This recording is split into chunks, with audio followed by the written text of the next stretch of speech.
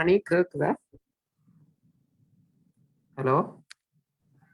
சொல்லுங்க கேக்குது. சரி நில்லுங்க. உங்களை கோஹோஸ்ட் ஆக்குறேன். ஆக்கள் வந்து அட்மிட் பண்ணி கதைக்கிறீங்களே, நான் அபிக்கு சாப்பாட்டை கொடுத்துட்டு வரேன். ஓமாம். Okay. Okay. ஓமாம்.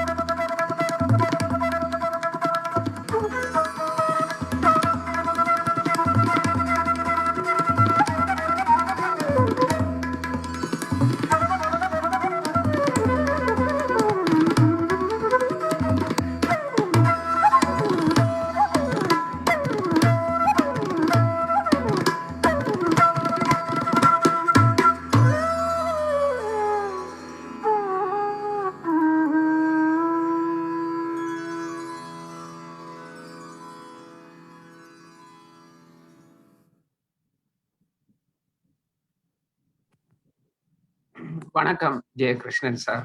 Jai Shri Mataji sir. வணக்கம். ஜெய் ஸ்ரீ மாதாஜி. கேக்குதா உங்களுக்கு கிளியரா? கேக்குதுங்க சார். சரி சரி. ஏதோ பாடல் ஒண்ணு கேக்குது.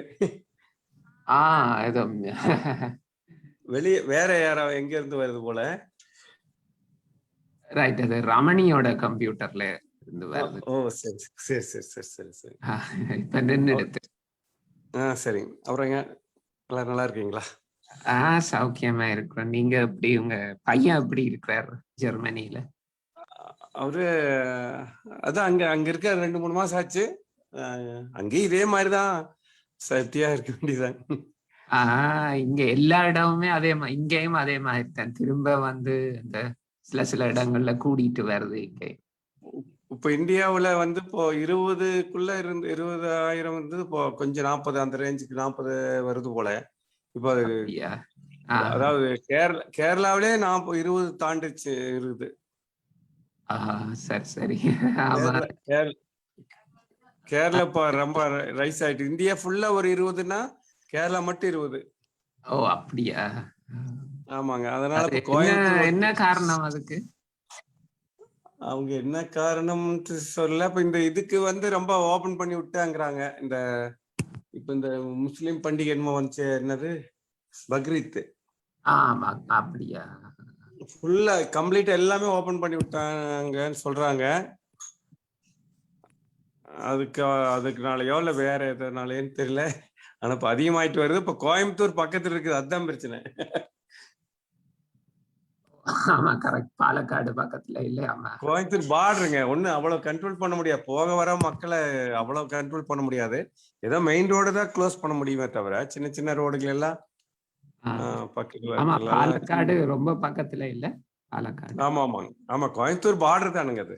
ஆமா கரெக்ட் கரெக்ட். நான் வந்திருக்கேன் அங்க எல்லாம்.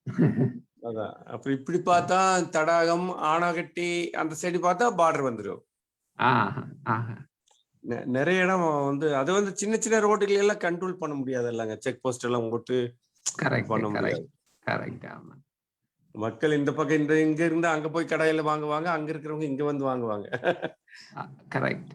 ஸ்ரீமாதாஜியோட கையில தான் இருக்கு, கடவுளோட. ஆமாங்க. இதுக்கு மேல நம்ம ஒண்ணும் பண்ண முடியாது. அங்க மனுஷராலே ஒண்ணும் பண்ண முடியாது போல இருக்கு. ஆமா ஆமா ஆமா ஆமாங்க. வேக்சினும் எல்லாத்துக்கும் போட்டு முடிக்க முடியலைங்க. அதெல்லாம் டைம் ஆகும் சார். இங்க கூட ரொம்ப ஸ்லோவா தான் போயிட்டு இருக்கு. அதான் இங்க வேக்சின் எல்லாத்துக்கும் கிடைக்காம ரொம்ப கஷ்டப்படுறாங்க, அங்கேயும் அலையிறாங்க. நாங்க இன்னும் போகவே இல்லை. போய் லைன்ல நிக்கிறத பார்த்துட்டே போடாமட்டோம். கொஞ்சம் ஃப்ரீ ஆகிட்டே விட்டுட்டோம். ஃப்ரீ ஆகுற மாதிரியே தெரியல.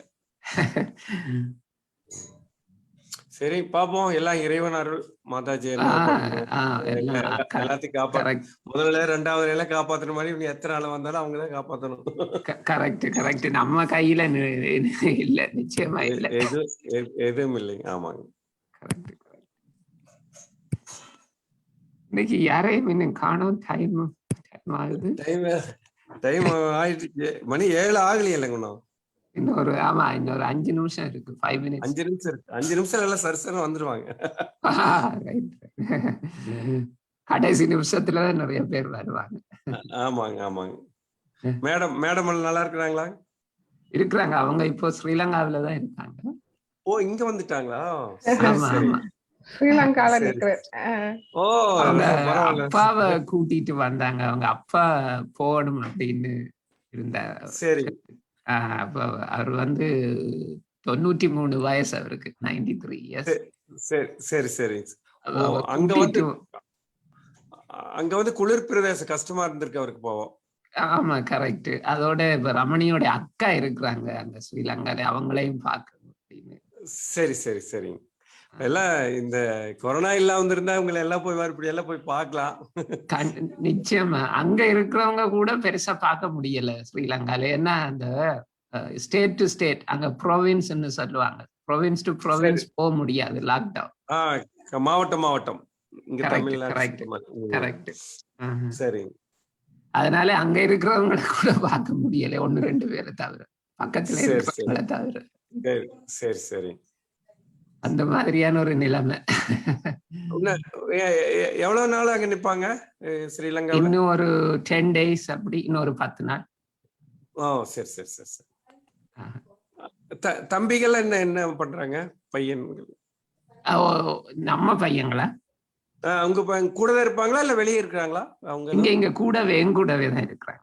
ஓ, உங்க கூட இருந்துட்டு ஒர்க் பண்றாங்க, அவ்வளவுதான். கரெக்ட். ஆமா ஆமா. இப்ப ஒன்னும் வெளியே போக முடியாதுல்ல. அதான். ஆமாங்க ஆமாங்க. சரி. எல்லாம் இந்த 2 வருஷத்தினால எவ்வளவோ திட்டங்கள் எல்லாமே அப்படியே மாத்தி போட்டுருச்சு. எல்லாம் தலைகீழா மாறிடுது. ஆமாங்க. இப்ப பாரு, நமக்கு தெரிஞ்சவங்க எல்லாம் எவ்வளவோ பேர் அது வீடு கட்டிட்டு பாதியில நிக்குது. கல்யாண வீடு பண்ண முடியாம இருக்கிறாங்க. கல்யாணம் அப்புறம் வேலைக்கு வரப்ப நம்ம பையன் அதே மாதிரிதான் வேலைக்கு சேர்ந்துட்டு தான் ஏதோ ஒரு கல்யாணம் பொண்ணு கேட்க முடியும். படிக்கிற பையனுக்கு எங்க போய் பொண்ணு கேக்குறது? இப்படி ஒரு பிரச்சனை. எல்லாமே பாதியில நின்றுட்டு இருக்கு எல்லாமே. ஆமா, என்ன செய்யறதுன்னா எல்லாம் என்ன நடக்க போகுதுன்னு தெரிய மாட்டேங்குது. முன்னாடியாவது கொஞ்சம் ஒரு அனுமானம் இருக்கும். ஒரு ஒரு ஒரு இதுக்கு ஐடியா பண்ண முடிய மாட்டேங்குது என்ன பண்றதுன்னு. கரெக்ட். சரி. முழுசா சரணடைஞ்சிட வேண்டியது வேற வழி. அவ்வளவுதான். அவ்வளவு சரணெல்லாம் எப்போ அடைஞ்சாச்சு. நடப்பது நடக்க வேண்டியது. சரி, பேசாம அவங்கள இருப்பார். ஸ்ரீலங்காவுல அக்காவே எல்லாம் கேட்டதா சொல்லுங்க. அக்கா அப்பா எல்லாம். நிச்சயமா நிச்சயமா நிச்சயமா. சரி, ஜெய் ஸ்ரீராம். ஜெய் ஸ்ரீராம். சரி, மற்றவங்க யாரா வந்திருக்காங்களான்னு பாருங்க. விமலினி விமலினி. கேக்குதா? விமலினி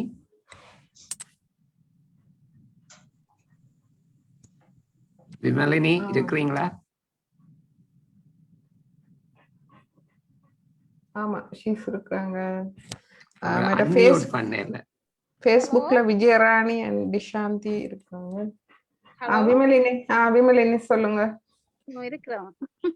சரி சரி, நன்றி நன்றி, மிகவும் சந்தோஷம் நீங்க இன்றைக்கு வந்தது ஜூம்ல. நேத்து கொஞ்சம் நான் கவரேஜ் பிரச்சனை இருந்தது மேடம், அப்ப வரையலாம் போயிட்டு. சரி சரி சரி. ஓகே.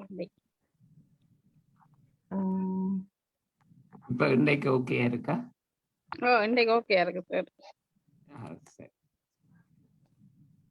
நீங்க கிளிநொச்சி எந்த இடத்துல? இரணமடு கிட்ட அப்படின்னு சொன்னீங்க.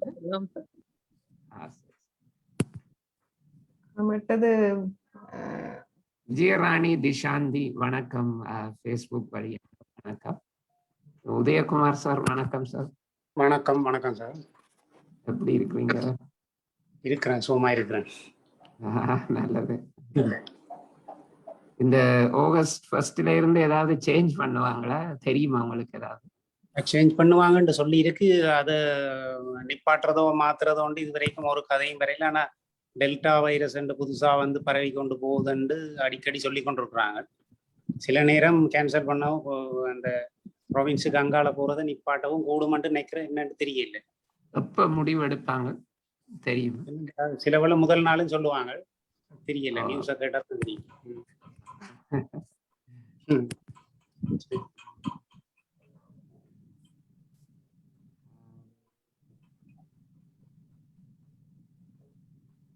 ஜெயலட்சுமி மேடம், ஜெய் ஸ்ரீ மாதாஜி. ஜெய் ஸ்ரீ மாதாஜி, வணக்கம். வணக்கம் வணக்கம். பத்மநாதன் சார் வணக்கம். சார் வணக்கம் சார். ஜெய் ஸ்ரீ மாதாஜி. ஜெய் ஸ்ரீ மாதாஜி, எப்படி இருக்கிறீங்க? நல்லா இருக்கேன் சார், நல்லா இருக்கேன். முரளிதரன் சார் எப்படி? இப்போ கொஞ்சம் பரவாயில்ல சார். நேற்று போய் பார்த்தேன் சார், கொஞ்சம் பரவாயில்ல ஆளுக்கு. கேட்டதா சொல்லுங்க. நான் நேற்று சொன்னேன் சார், அவரோட மாமனார் கொஞ்சம் அந்த கொஞ்சம் சோம்பலாம் சார், டயலிஸ் பண்ண கொண்டு போனாங்க நேற்று. மாமனார் அவரோட வைஃபோட அப்பா. சரி. அப்போ அதை போய் கொஞ்சம் கேட்டுட்டு சார் சொன்ன இப்படியெல்லாம் விசாரிச்சாங்க, நீங்க வரலன்னு சொல்லி கேட்டு சொல்லிட்டு வாங்க. ஓகே. இப்போ அவரோட மாமா ஆமாங்க சார். நேற்று பின்னேரம் ஒரு 10 o'clock டயலிஸ் கொண்டு போய் சார், மார்னிங் 4 o'clock தான் கொண்டாந்து பெட்ல போட்டாங்க சார், நவலக் ஹாஸ்பிட்டல்ல. அப்ப யாரும் போய் பார்க்க இல்லை சார். மக மட்டும் அங்க இருக்கா, நம்மளோட தம்பி மிசிஸ் மட்டும் அங்க இருக்கிறா. 5 days ஹாஸ்பிட்டல்ல இருக்க சொல்லியிருக்காங்க சார். யாரும் வர வேணும்ன்றாங்க. சரி சரி. நாங்க எங்க எல்லோருடைய பிரார்த்தனைகளும் இருக்கும் சார். லலிதா தீதி, ஜெய் ஸ்ரீ மாதாஜி. ஜெய் ஸ்ரீ மாதாஜி சார், வணக்கம் எல்லாருக்கும். மற்றும் உதயகுமார் சார், உங்களோட சன்னின் லா இப்ப எப்படி இருக்கு? அவர் இப்ப டிஸ்சார்ஜ் பண்ணி வீட்டை போயிட்டார். நல்லது நல்லது.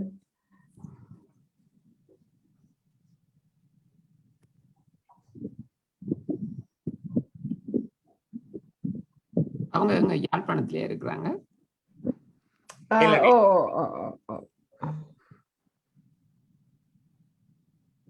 எங்கன்னு சொன்னீங்க? வேலனை. வேலனை. ரெண்டா ஃப்ரெண்ட்ஸோட இந்த கடலுக்கு நீந்த போன இடத்துல கொஞ்சம் மூழ்கிட்டார் தண்ணிக்குள்ள. Okay.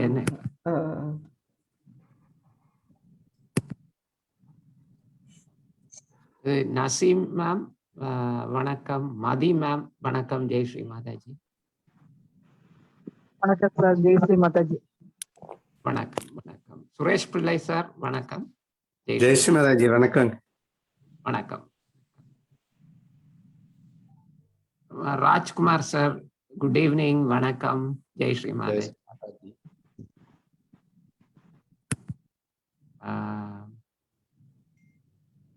Nisha ma'am, good evening, வணக்கம். குட் ஈவினிங் சார், வணக்கம். வணக்கம்.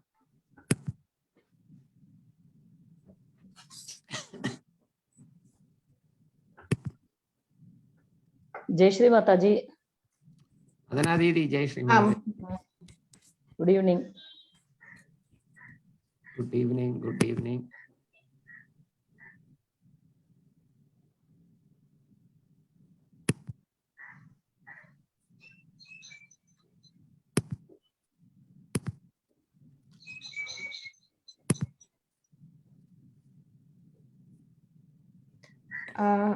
நசீம் மேம், வணக்கம். வணக்கம் மேம். வணக்கம். ஜெய் ஸ்ரீ மாதாஜி.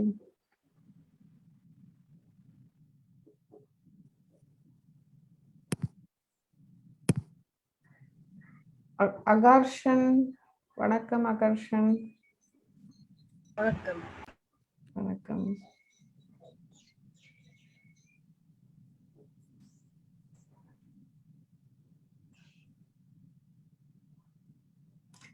ஜோதி சுப்பிரமணியம் வணக்கம். ஜெயஸ்ரீ மாதாஜி. ஜெயஸ்ரீ மாதாஜி, நீங்க எங்க இருந்து ஜாயின் பண்றீங்க? பூனால இருந்து. அடிக்கடி இது ஞாபகம் இல்லையா? Okay.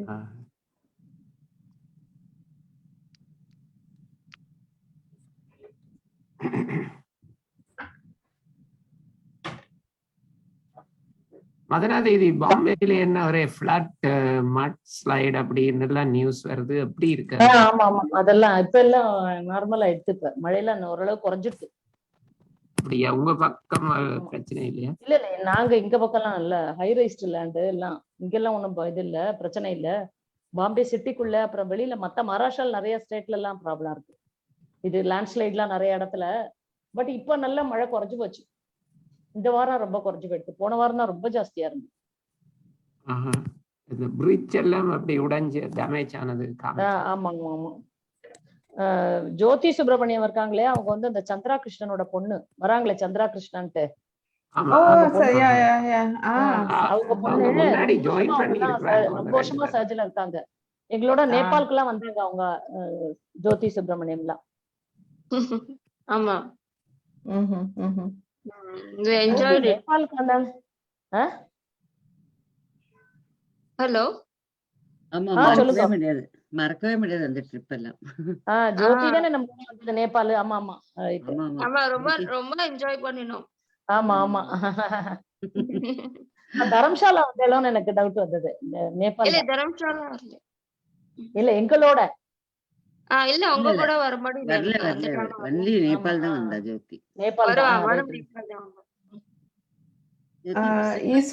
Eswari ma'am, Eswari ma'am வணக்கம். வணக்கம். வணக்கம். வணக்கம். அண்ட் அக்ஷாயினி மேம், மேடம் வணக்கம். Good evening. வணக்கம் அனைவருக்கும். வணக்கம், நன்றி. சாருமதி மேம், வணக்கம்மா. திவாகர், வணக்கம். Good evening Diwakar. வணக்கம் சார். வணக்கம். வணக்கம் ma'am. Evening. Thanks for joining. Thank you sir. Jai Shri Mata. Jai Shri Mata. fan and over there. Who is that? வந்திருக்கிறார். சாம் சத்யசீலன். மறந்து சார், அவர் நியூ அவர் சாம் சத்யசீலன் திவாகரோட ஃப்ரெண்ட் தான். San SAN. ஓகே, நான் சாம் போட்டு அவர்தான் இருக்கணும். திவாகர் அவர்தான். மேம் எனக்கு தெரியலையே, ஐ அம் நாட் ஷூர் மேம். சாம், நீங்க அறிமுகம் செய்து கொள்ளேன்.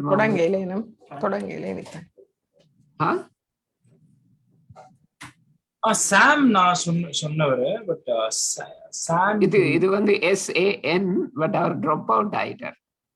ஓகே. SAN. ஜெய் ஸ்ரீ மாதாஜி வணக்கம். நான் தான் அந்த பேர்ல வந்துட்டு இந்த பேரை திரும்ப மாத்துறது. சாரி கன்ஃபியூஷனுக்கு. இல்ல நோ ப்ராப்ளம். தேங்க்யூ.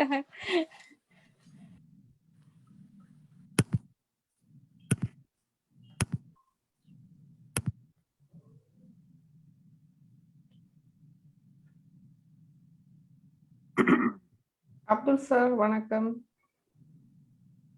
வணக்கம் மேடம். வணக்கம் வணக்கம். Good evening Abdul Hameed sir. Good evening sir.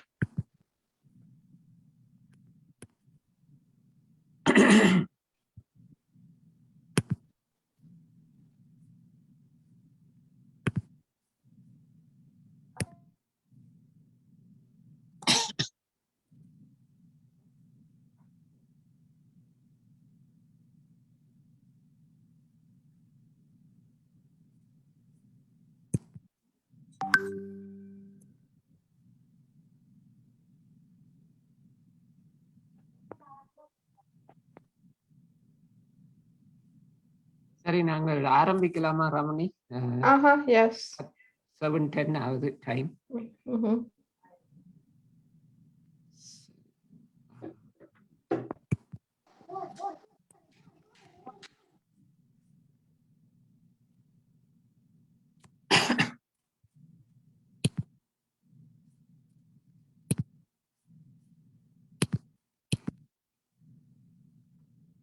இன்றைய கூட்டு தியானத்திற்கு குழுமி இருக்கும் எல்லோருக்கும் அன்பு வணக்கங்கள்.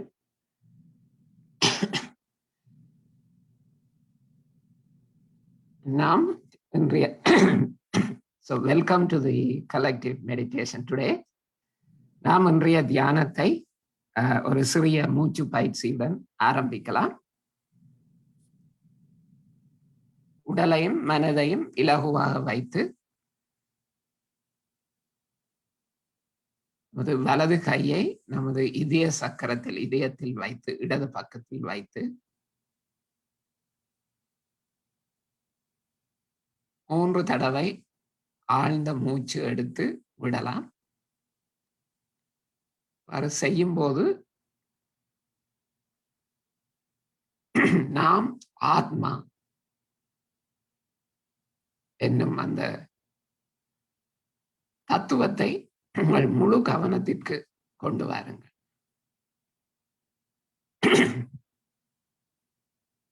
Please bring your attention to the fact that we are the pure spirit.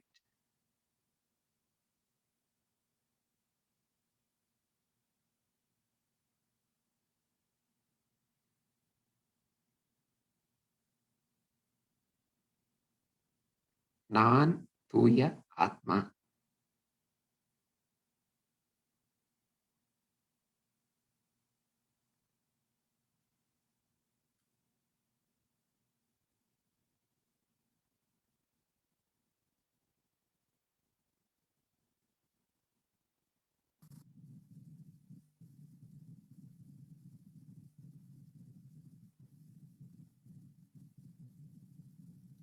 Sri Mataji, நமது இன்றைய கூட்டு தியானத்திற்கு ஏதுவான சூழ்நிலையை அமைத்து தாருங்கள் தாயே.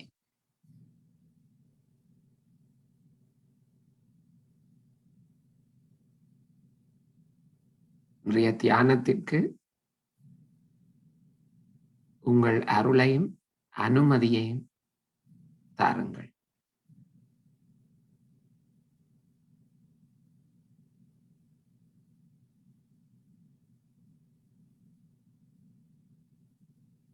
தற்போது நாம் குண்டலினி உயர்த்தி கவசம் இட்டுக் கொள்ளலாம்.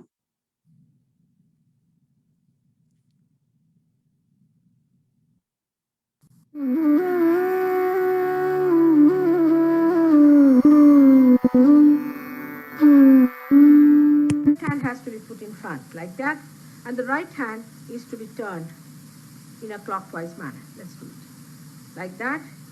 You start moving it up, take it up like this, take it up, push back your head and loosen your shoulders and give it a twist. Now, one. You'll see the results just now, the proof of it. Now again do it.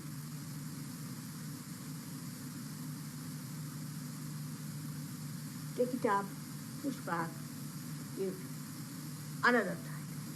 Now the third one has to be 3 times you have to tighten. Again do it. It's very simple. Everybody can do it. 1, 2, and 3. Like this. And give a kind of a protection to your aura. Now 1, this one protection to the 7 centers, so 7. Then 2, then again the 3, then the 4, then the 5, all the centers, then to the 6, and then to the 7.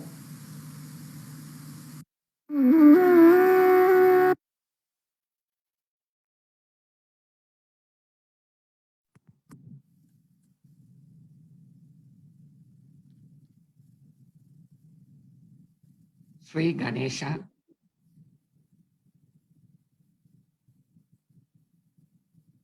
இன்றைய தியானம் மங்களகரமாக அமைய உங்கள் அருளையும் அனுமதியையும் பணிவாக வேண்டிக் கொள்கின்றோம்.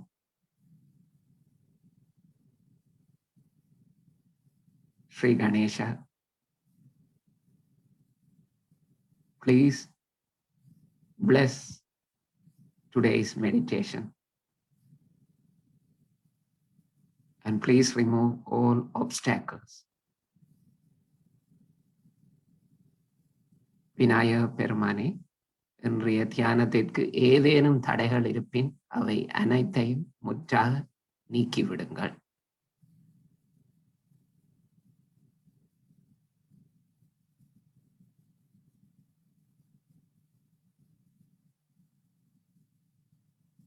தற்போது நாம் நமது இடது வலது நாடியை சமநிலைப்படுத்தலாம்.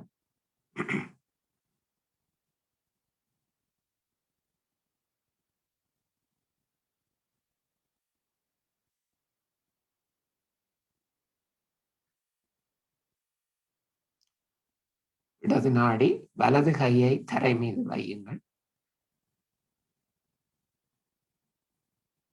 இடது கை மடி மீதே இருக்கட்டும்.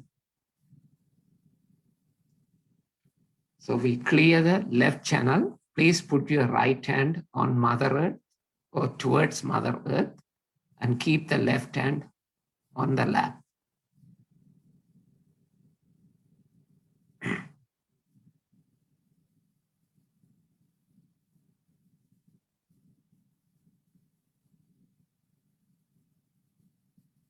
தாயே, என்னுடைய இடது நாடியில் இருக்கும்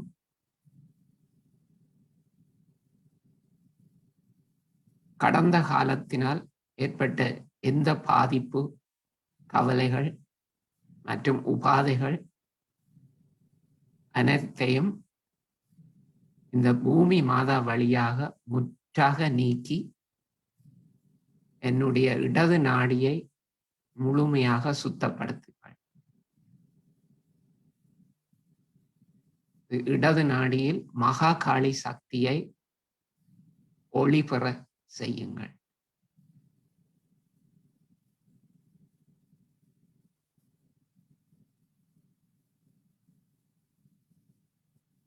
Shri Mataji, please remove all negativities from my left channel through Mother Earth.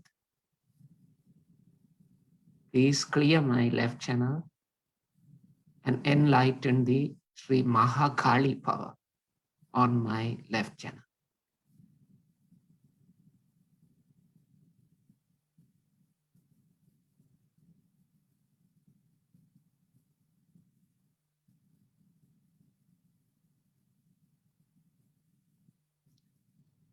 இடது கையில் தெய்வீக அலைகள் பாய்வதை உணருங்கள். Please feel the divine vibrations on our left hand.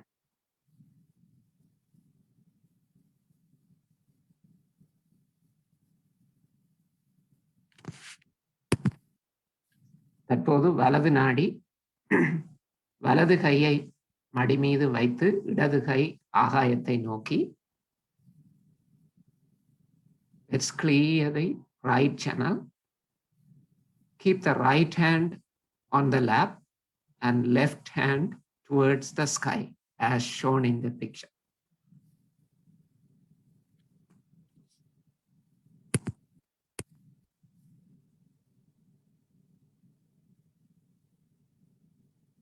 தாயே, எனது வலது நாடியில் இருக்கும் வெப்பம் மற்றும் எதிர்காலம் பற்றிய கவலைகள் அனைத்தையும் இந்த ஆகாய மார்க்கமாக முற்றாக நீக்கிவிடுங்கள்.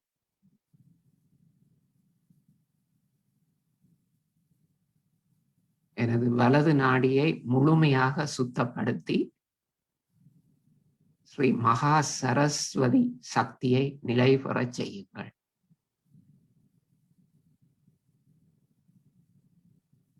Sri Mataji, please remove all the excessive heat and anxieties about the future from my right channel out to the sky.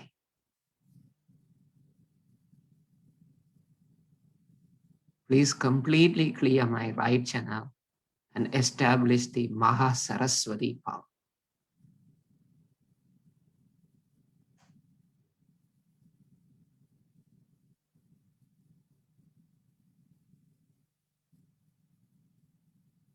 தற்போது வலது கையில் வலது நாடியில் தெய்வீக அலைகளை உணருங்கள்.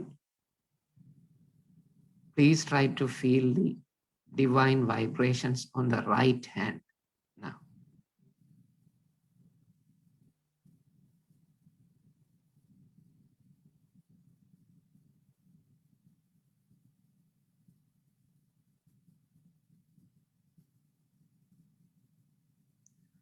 இப்போது இடது கை மடி மீது நாம் மைய நாடியை சுத்தப்படுத்தலாம். இரண்டு கைகளையும் பூமி மாதா மீது வையுங்கள். We will clear the central channel now. Please put both hands on Mother Earth.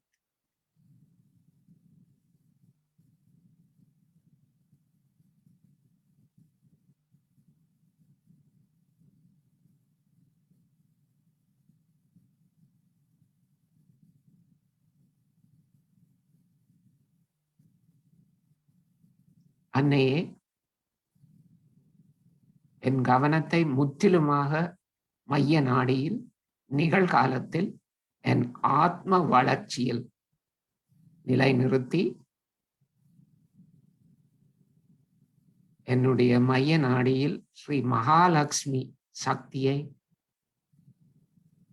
ஒளிபரச் செய்யுங்கள்.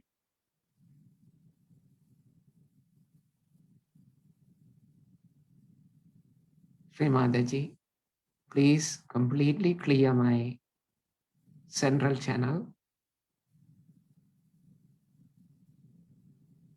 Bring my complete attention to the present, to the meditation, and to my spiritual evolution. And establish the Sri Mahalakshmi power inside me.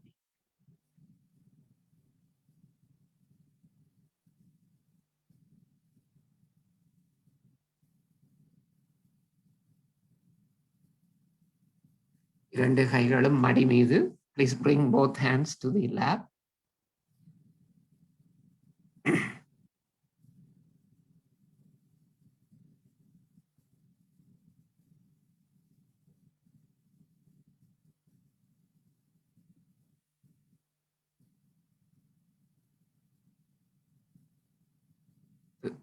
இரண்டு கைகளிலும் தெய்வீக அன்பு அலைகளை உணருங்கள். Please feel the cool divine vibrations on both hands.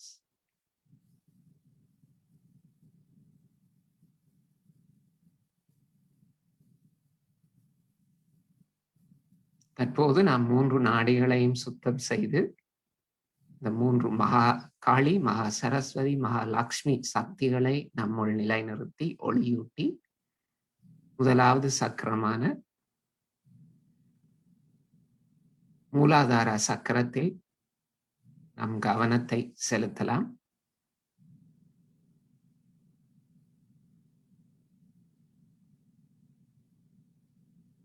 Please bring the attention to the first chakra, the Mooladhara chakra. நாம் ஏற்கனவே பார்த்தது போல இந்த ஓம் என்ற பிரணவ மந்திரம் 3 நாடிகளையும் அந்த 3 சக்திகளையும் குறிக்கிறது. அதே போன்று ஸ்ரீ கணேசரையும் குறிக்கின்றது. எனவே நாம் அமைதியாக நம்முள்ளே 3 தடவை ஓம் என்னும் பிரணவ மந்திரத்தை உச்சரிக்கலாம். We will chant silently the pranava mantra Om.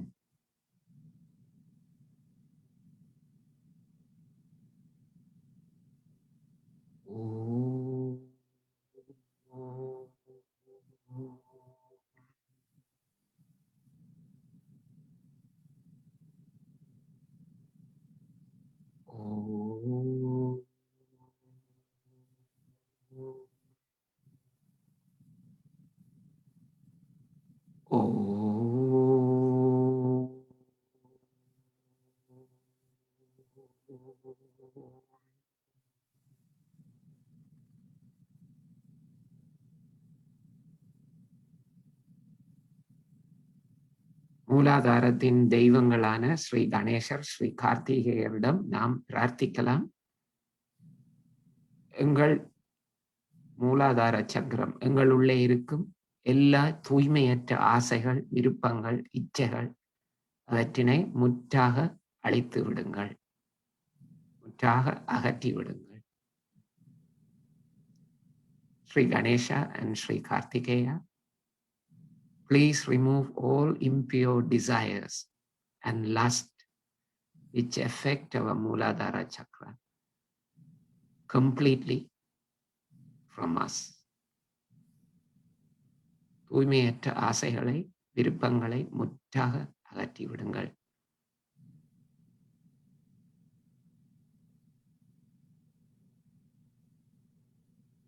Swadhisthana சக்கரம்,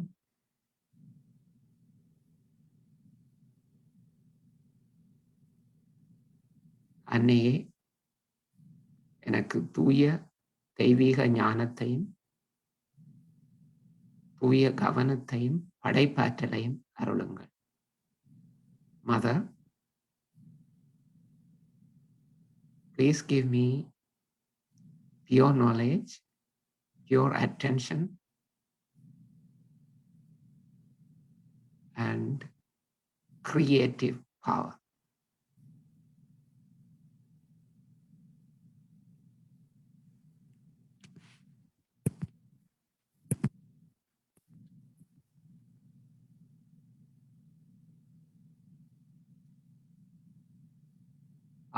என்னுள் இருக்கும் கோபம்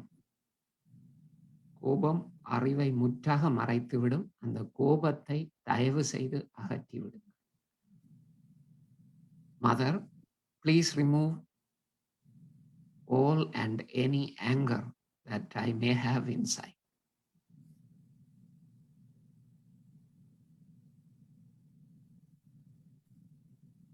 கவனம் நாபி சக்கரம். Bring the attention to Nabi chakra, the 3rd chakra.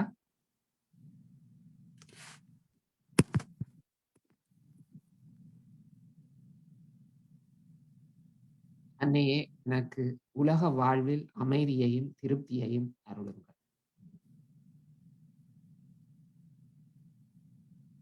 Mother, please give me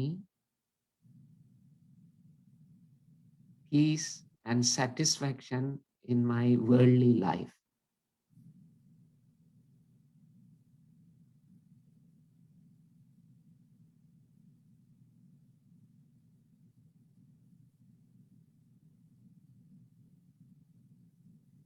என்னுள் இருக்கும் எல்லா வகையான பேராசைகளையும் அகற்றி விடுங்கள்.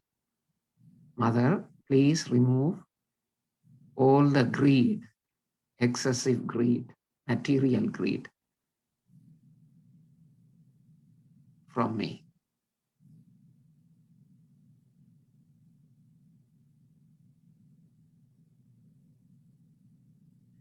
கவனம் பவசாகரம் நாபி சக்கரத்தை சுற்றி. The attention on the Bhavasagara around the Nabi Chakra. அன்னே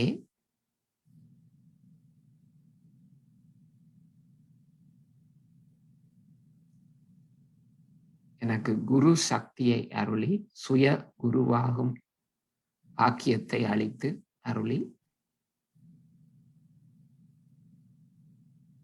என்னுள் இருக்கும் எல்லா வகையான தூய்மையற்ற அறிவுகள், அதாவது அவித்யா, அவற்றை அகற்றி விடுங்கள்.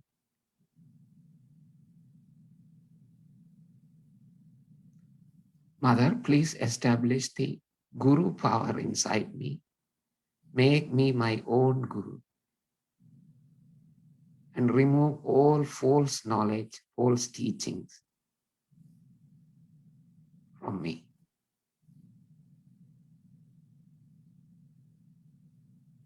கவனம் இதய சக்கரம், 4வது சக்கரம். தாயே,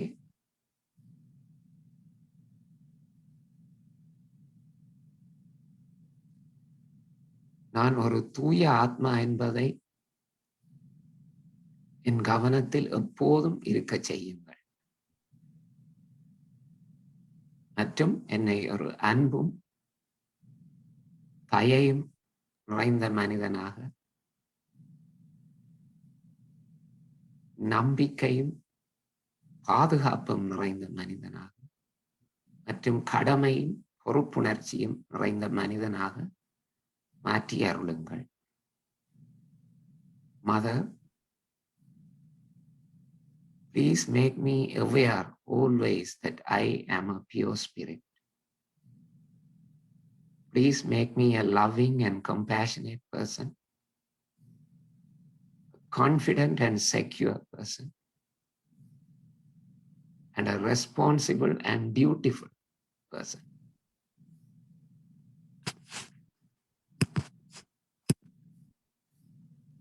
கவனம் விஷுதி சக்கரம், தொண்டை பகுதி.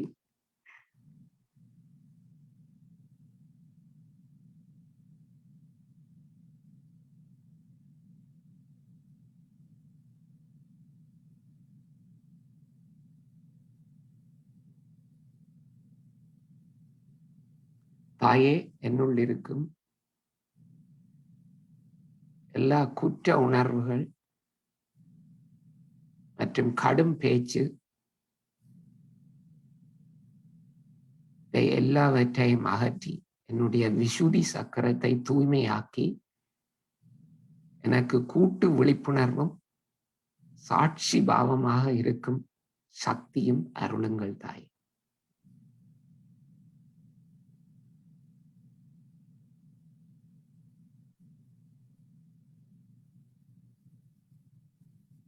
என்னுள் ஏதாயினும் பொறாமை,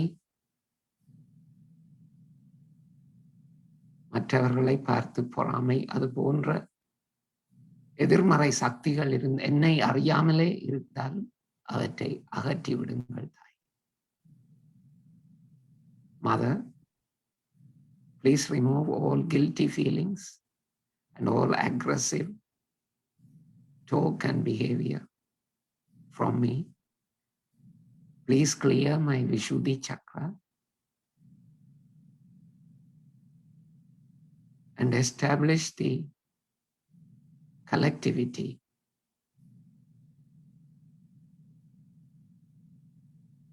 and witnessing power inside me. Please remove all and any feelings of jealousy inside me.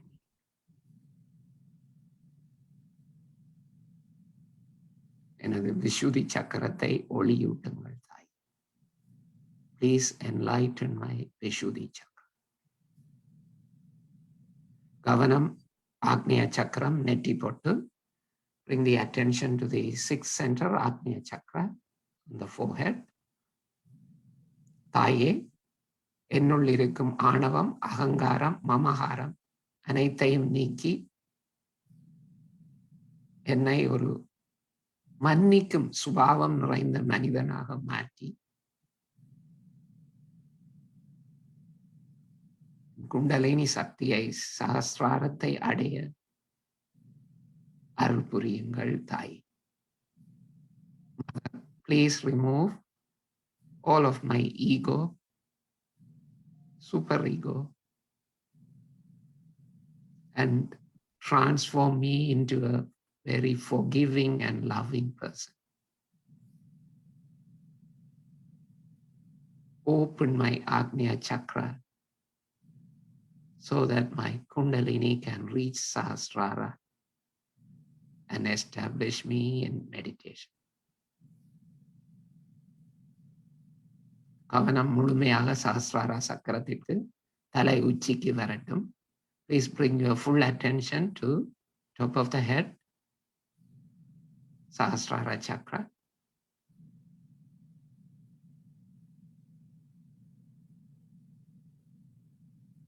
Shri Mataji.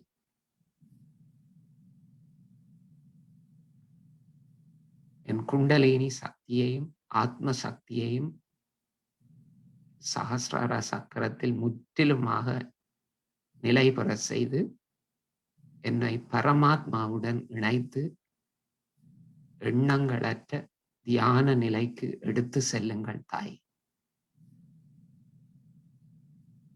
என்னை அந்த சொர்க்கத்திற்கு எடுத்து செல்லுங்கள், சொர்க்க நிலைக்கு எடுத்து செல்லுங்கள்.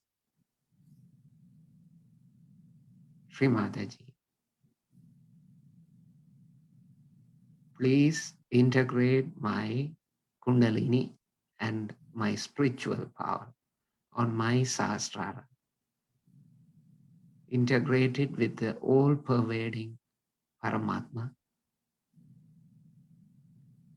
Establish me on thoughtless meditation.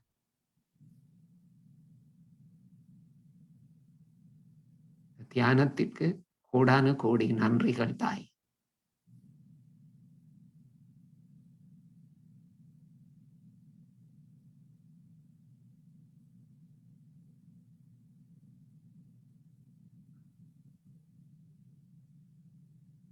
அவ்வாறே தியானத்தில் இருந்து நம்முடைய நாடிகளிலும் சஹஸ்ராரத்திலும் கையிலும் நாங்கள் அந்த தெய்வீக நுண் அலைகள், the அன்பு அலைகள், the love of God, we can feel, அதை உணர்ந்து சில நொடிகள் அமைதியாக இருந்து அன்னையின் அருளுரை கேட்கலாம்.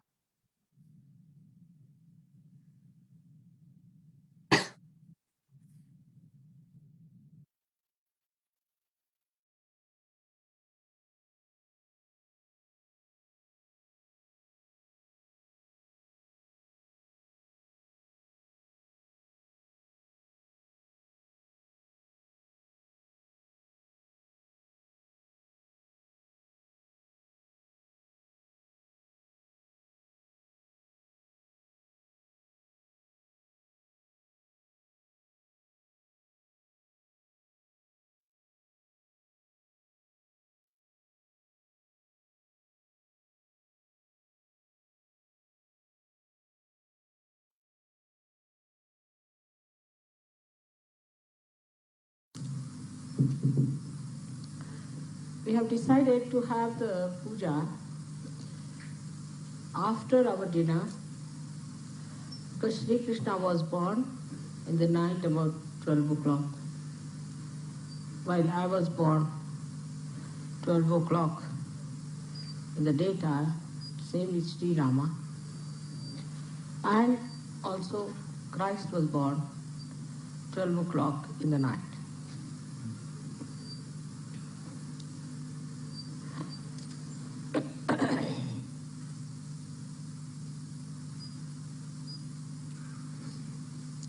I've told you that today I'm going to tell you about Gita. That is the second part of Krishna's life. So different and varied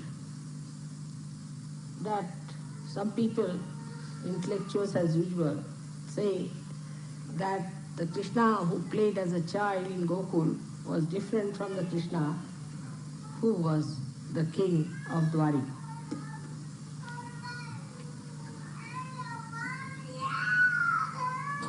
So when he became the king of Dwarika,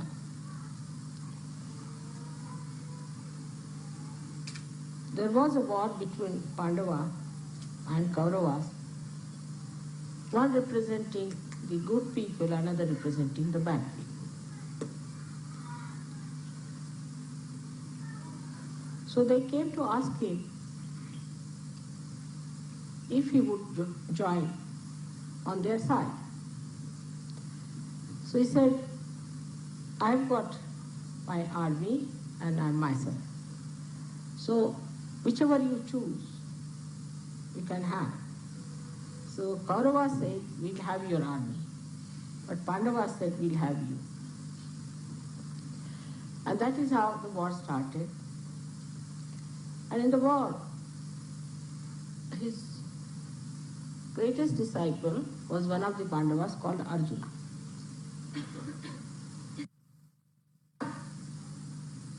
Asked him to fight for him. He said, I will not take any weapon in my hand,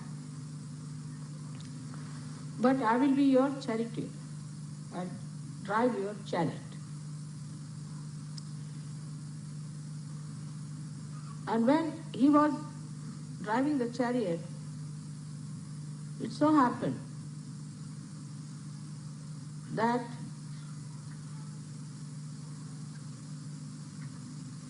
Krishna saw Arjuna's depression.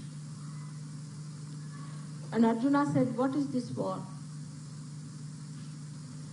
Why should I fight? I am fighting my own gurus, those who have taught me all the vidyas of the battleship, battle, and also the vidya of archery. And I'm fighting my own cousins. So Sri Krishna said that they are already killed. They don't exist. They are already dead people. Because they are not realized souls. I've already killed them. So you have to just play this drama of killing them.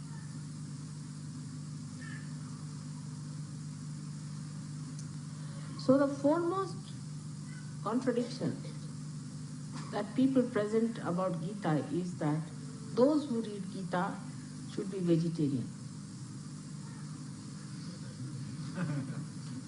Krishna told, Sri Krishna told Arjuna that you killed them, human beings, his own relations, his own cousins, who are bad people. What about chickens and goats?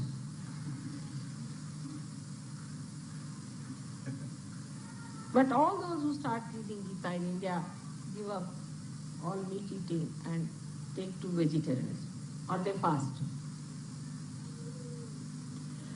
So how contradictory these things are. So he never preached vegetarianism, at least in Gita.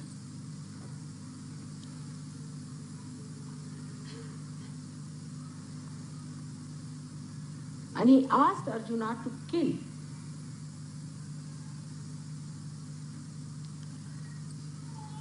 In the modern times, there is a war going on between the evil force and the good.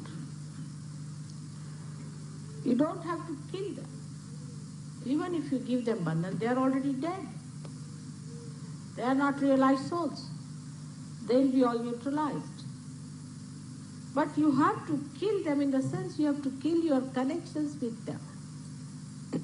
Like I see many people who come to Sahaja Yoga, but my mother is not yet a Sahaja Yogini, so she troubles me. How can I do Sahaja Yoga?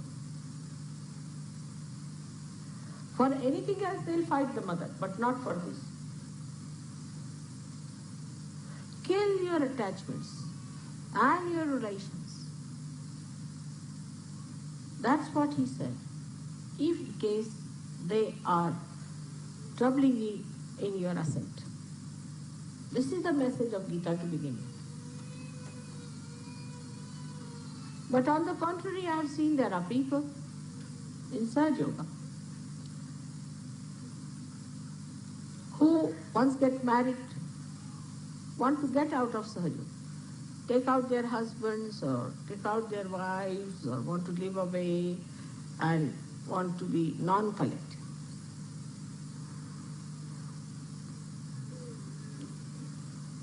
So you have to kill. There are Shadripus, there are 6 enemies human beings have. But in the modern times they have multiplied, I think.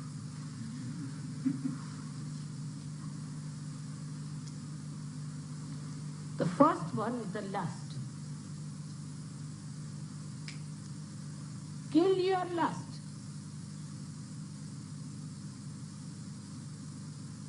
The lust that is today finishing the West more than the greed.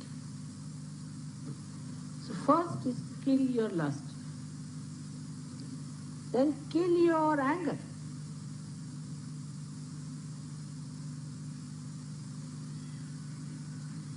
There are certain people who have a built-in response that as soon as they see somebody, they get into anger. If a white man sees a black man, he gets into an anger. A black man sees a white man, he gets into anger. Is that right? I mean, God has made all kinds of skins. The life would be boring if you all had the same parts, skins, all of you looking the same. So he has made different types of beautiful people.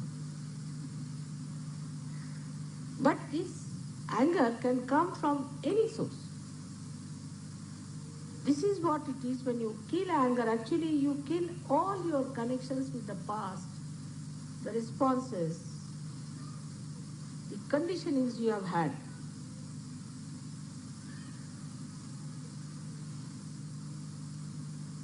Then the vanity that people have.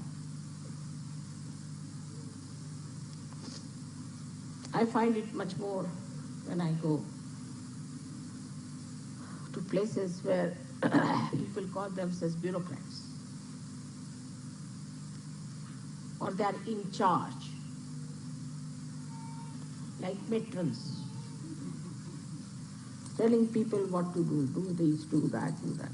This is the Krishna's finger. Using Krishna's finger on others. The vanity. The vanity that you are perfect. You are perfect. Nothing wrong with you. You are the best people. English think they are the best. Germans think they are the best. Italians think they are the best. Or say, the best of all are the Switzerlanders, Swiss people.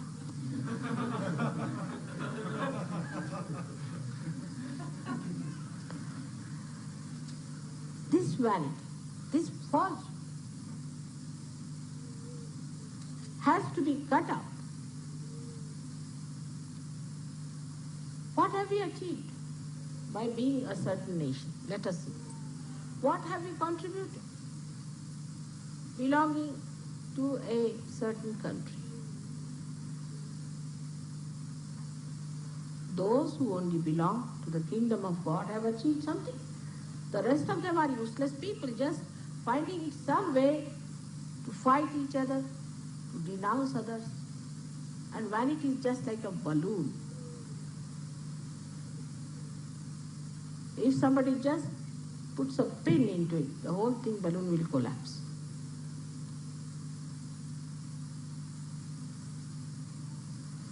Then the worst of all is jealousy. And that is among Indians. Indians are very big jealous spots, especially the Indians who are again in the government and the politics. But otherwise also there are jealous. They'll always complain about other people and will be jealous. And also in the West, people are quite jealous, I must say. They are jealous of things which is most surprising.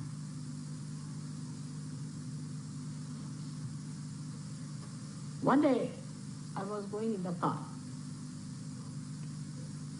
and one gentleman was very furious for nothing.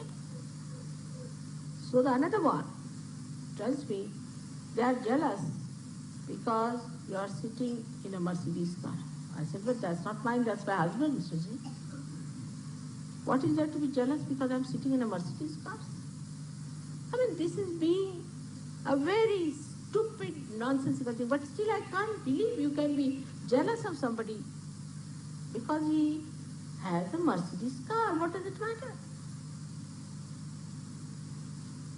To me, it's a foreign idea. Absolutely can't understand. But there are stupid things like that. I can only understand one jealousy, that is between husband and wife, little bit.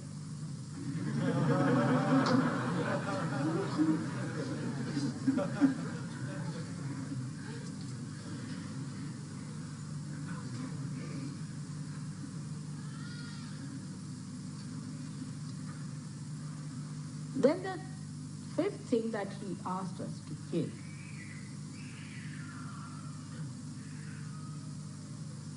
is the attachment. Very important. This is my child, this is Indian also, more Indian. This is my cousin, this is my brother, this is my fiancé, this is my wife. Also in the West, the other way around is that they do not care for their children. They do not care for their mothers, they do not care for their fathers. They do not care for anyone whatsoever, but for themselves. That comes from the last one, is called as the greed. Now when you have greed, you don't care for anybody, you just want to have everything from another person. You want to grab another person of everything. Whatever another person has, you want to have it. But when you don't want to have it, everybody wants to give you it. That's my case. I'm very afraid to say even that this is nice, because immediately tomorrow I'll find it in my house.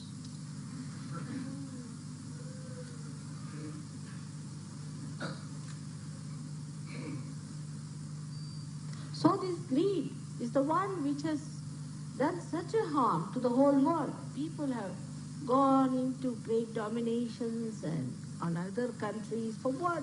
For these diamonds and nonsensical things like that. They have ruined their own lives, the progenies after progenies they have ruined. All their cunning they have used to ruin so many nations just to put them one against another, creating problems, doing all kinds of intrigue. Just for what? For greed, which is absolutely like cancer. Doesn't allow anybody else to exist. And then you start eating yourself out. It's a disease, I think, greed. And with that goes the miserliness. People become miserly. Then, where does this greed end up? After all, the money that accumulates, or things that accumulate in your house, what happens to them? You want to use them. What's the matter with this one? No. Try to be, not to be, I've told you, otherwise I'll ask you to go out, all right? Concentrate. So what happens to the people who are greedy. They become miserly. They can't enjoy life. They cannot spend money because the greatest joy is in giving things to others, no doubt about it. And they cannot give any joy to anyone.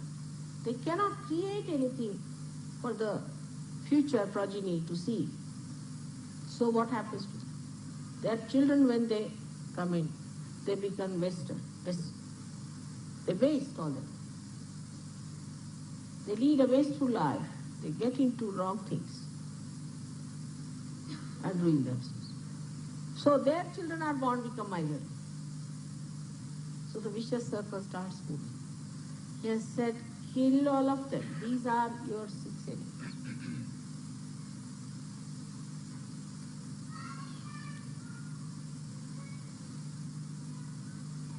Now the contradiction, again, people use.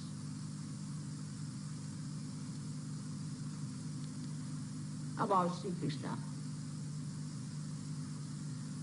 In so many other ways, that it is surprising that not only Christ, not only Muhammad Sahib, not only Lao Tse, not only Sri Rama, but even Krishna was misused by his followers.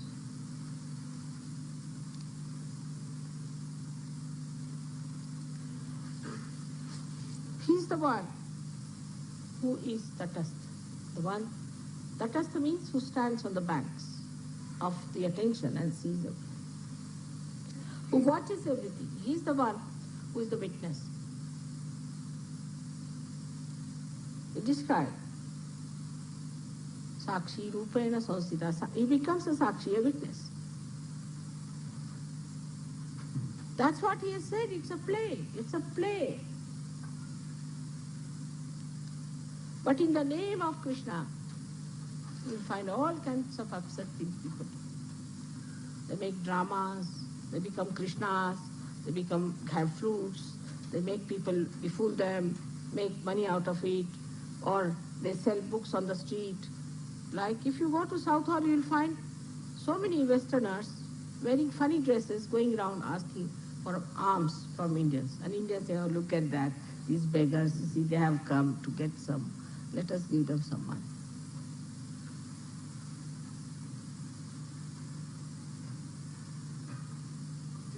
So the contradiction of Krishna's life is such a miserable thing. It's such a absurd thing that it hurts me to see how such a great incarnation was misused in this world by humans.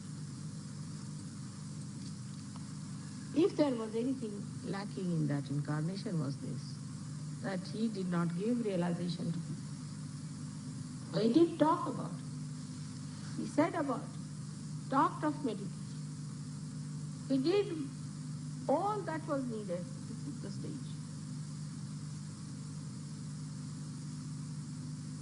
But what is the result? All his incarnation was misused. Throughout Gita, if you read, you'll be amazed how people have changed Gita and its writings also. Same in the Bible and same in the Quran. Things that they could never have said it. How could they have said it? It's a surprise. Impossible. Because they cannot contradict themselves. For example, Gita is written by Vyasa, who was an illegitimate child of a fisherwoman. But in the Gita it is written that your caste is determined by your birth. How can it be? A one who is the son of an illegitimate son of a fisherwoman, how can he say like that? See the contradiction.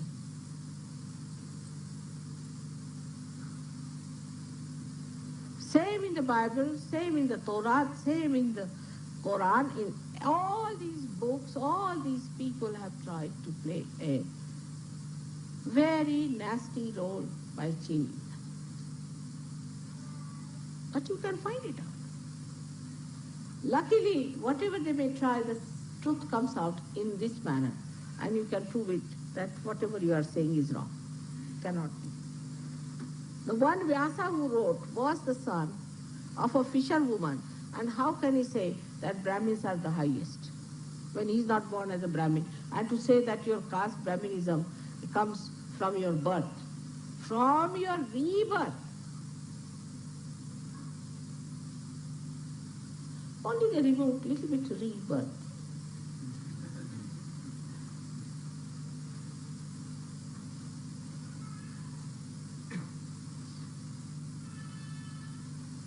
This is how they interpreted Gita in various ways, in such contradictory manners. His whole writings or sayings could not be changed, of course. They could not change it. But wherever they wanted to put their own style, they did it. Because ultimately it went into the hands of the Brahmins, who were not really Brahmins. They were the people who were Shudras, because they were not even realized souls, and behaving in such a dirty manner, they should not be called as Brahmins. But it went into the hands of so-called Brahmins, and they misinterpreted it. Same thing with Bible. It went into the hands of horrid people. Mr. John said something which was sensible, all right. But what about the other fellow, Paul? He comes in and spoils everything. Then comes Augustine. He spoils everything. Why? Because they're devils. There is an evil force. This theory that there is no evil force is a wrong theory. It doesn't exist. There is an evil force. And don't play into the hands of evil force even this much.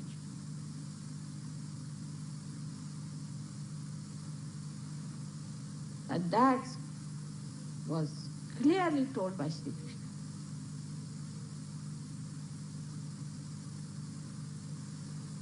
But even there, the contradictions can come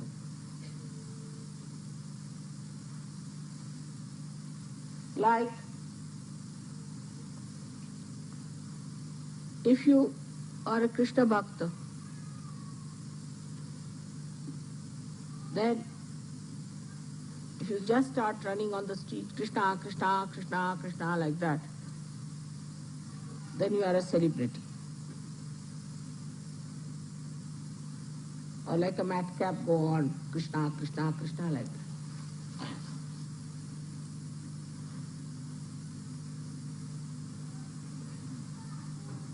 Or else, going worse than that is, some people say we are Krishnas. Like this horrible Rajneesh did. He said he used to make the women naked, so I'm making the women naked. I started wondering, when did Krishna make women naked? When he was a little boy, less than 5 years of age, used to climb up on the trees. And the ladies used to take their bath in the river Yamuna. So he used to hide their clothes just to raise their kundalini and see how it works. At the age of 5 years, what does a child understand? This horrible fellow, was he 5 years of age when he was doing this nonsense? Using Sri Krishna's name like this. And when he used to break the pictures of these gopis, what was he doing? He was doing Kundalini awakening.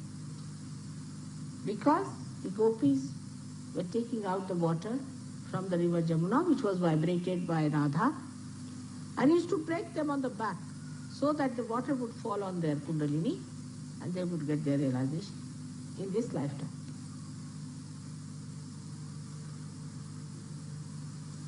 That's what? His purification. But first thing they will do is to separate Sri Krishna as a child and Sri Krishna as the one who talks to Arjuna. Very nice. So there is no relevance. And use him the way you want. It's a very common thing that people start talking about Sri Krishna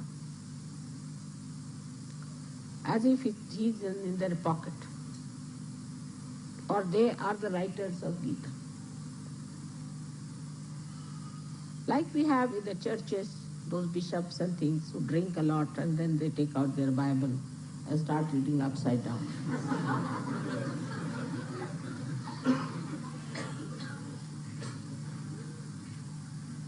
All these priest class, whether this belongs to this or to that, all of them are hypocrites of the worst type.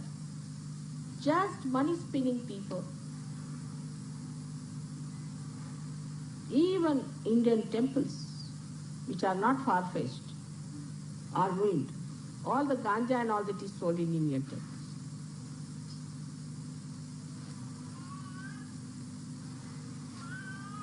All these popes and all these people are doing something that is never expected. Imagine they make a kind of a wine called Benedictine in your Vatican. Can you imagine such a nonsensical thing like that? Tomorrow they'll open a beer bar.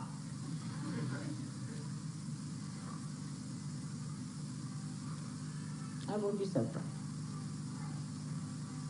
So we come to a position to understand that all those people who talk of these great incarnations and profess a religion are all hypocrites. There's no religion there. Simple people who believe these hypocrites because they're so simple, so innocent. These cunning,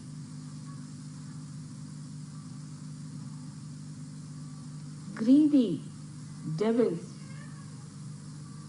who started these religions, exploited these simple people, used them for making temples, churches, mosques. They have no religion within them. How can they talk of God? Their life is so impure. So we had to start our own innate religion. Our own spontaneous, natural religion, which is the human religion, which is the Vishwa Nirmaladhara, the one that will give you the inner assent, not just talk, no hypocrisy, and all that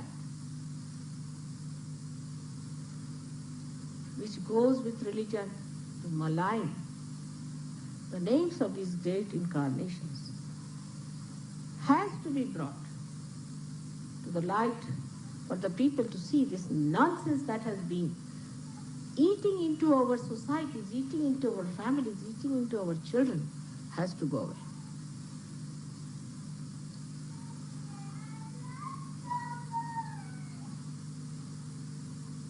Yada yada hi dharmasya. Whenever the religion, dharma doesn't mean this nonsensical religion, falls down,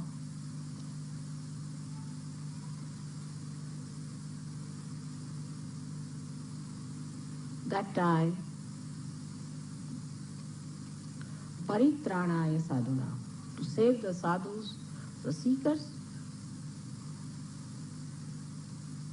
paritranaya sadhunam, vinashaya cha dushkritam, and to destroy all these devils, I take my birth again and again. Sambhavami again. Yuge, every yuga I take my birth.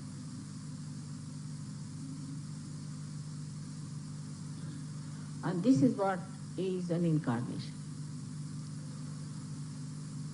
You must be very fortunate people that now you can see the cunning of all these devils and can exist into that purity,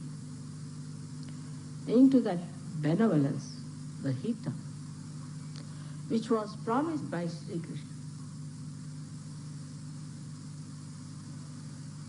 He never told lies. What he told was the truth. He was truth.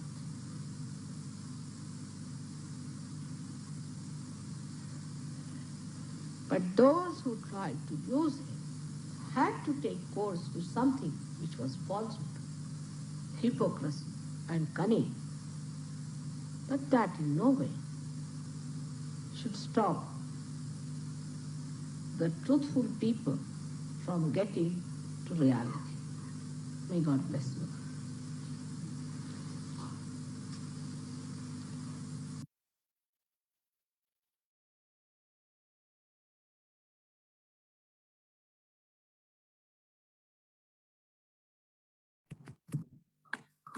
தொடர்ந்து சில நொடிகள் முழு கவனம் சகஸ்ரார சக்கரம் தலை உச்சியில் தியானத்தை தொடர்வோம்.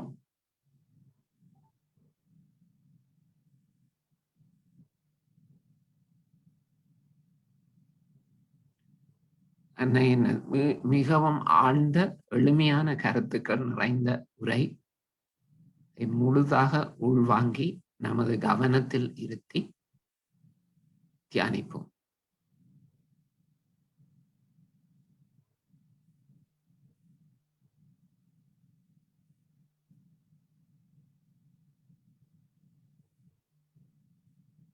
Try to imbibe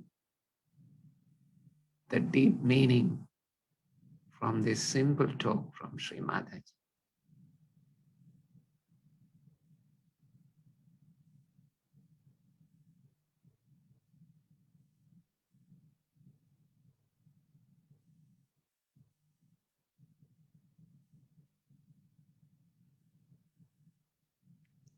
தற்போது நாம் குண்டலினி சக்தியை எழுப்பி கவசமிட்டு கொள்ளலாம்.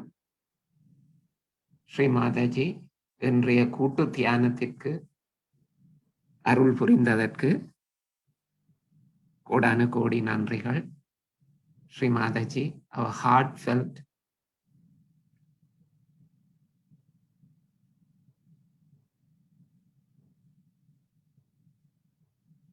thanks for blessing us with today's deep meditation.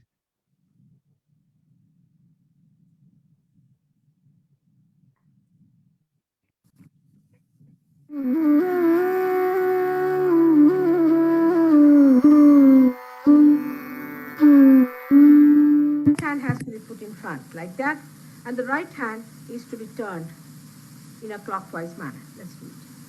Like that. You start moving it up. Take it up like this. Take it up. Push back your head and loosen your shoulders and give it a twist. Now you tighten up there. One. You'll see the result just now, the proof of it. Now again do it.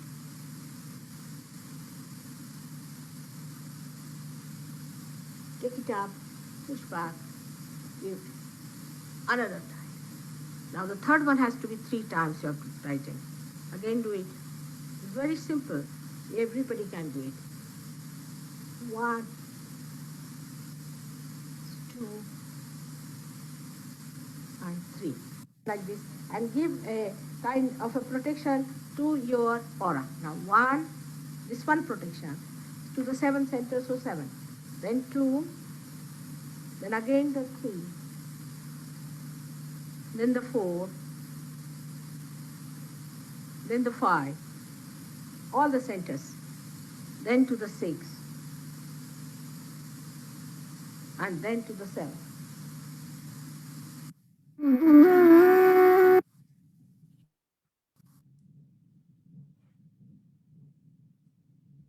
தற்போது நாம் ஒரு 5 நிமிடங்கள் அந்த அன்னை ஸ்ரீ மாதாஜி இன்றைய அருளுரையில் சொன்ன அந்த நமது ஆத்ம வளர்ச்சிக்கு எதிரான 6 எதிரிகள், இந்த 6 எதிரிகளும் நம்முள்ளிருந்து முற்றாக அகற்றப்பட வேண்டும். அவை நமது முதல் 6 சக்கரங்களையும் பாதிக்கின்றன.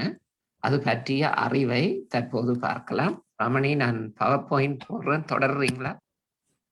ஓகே.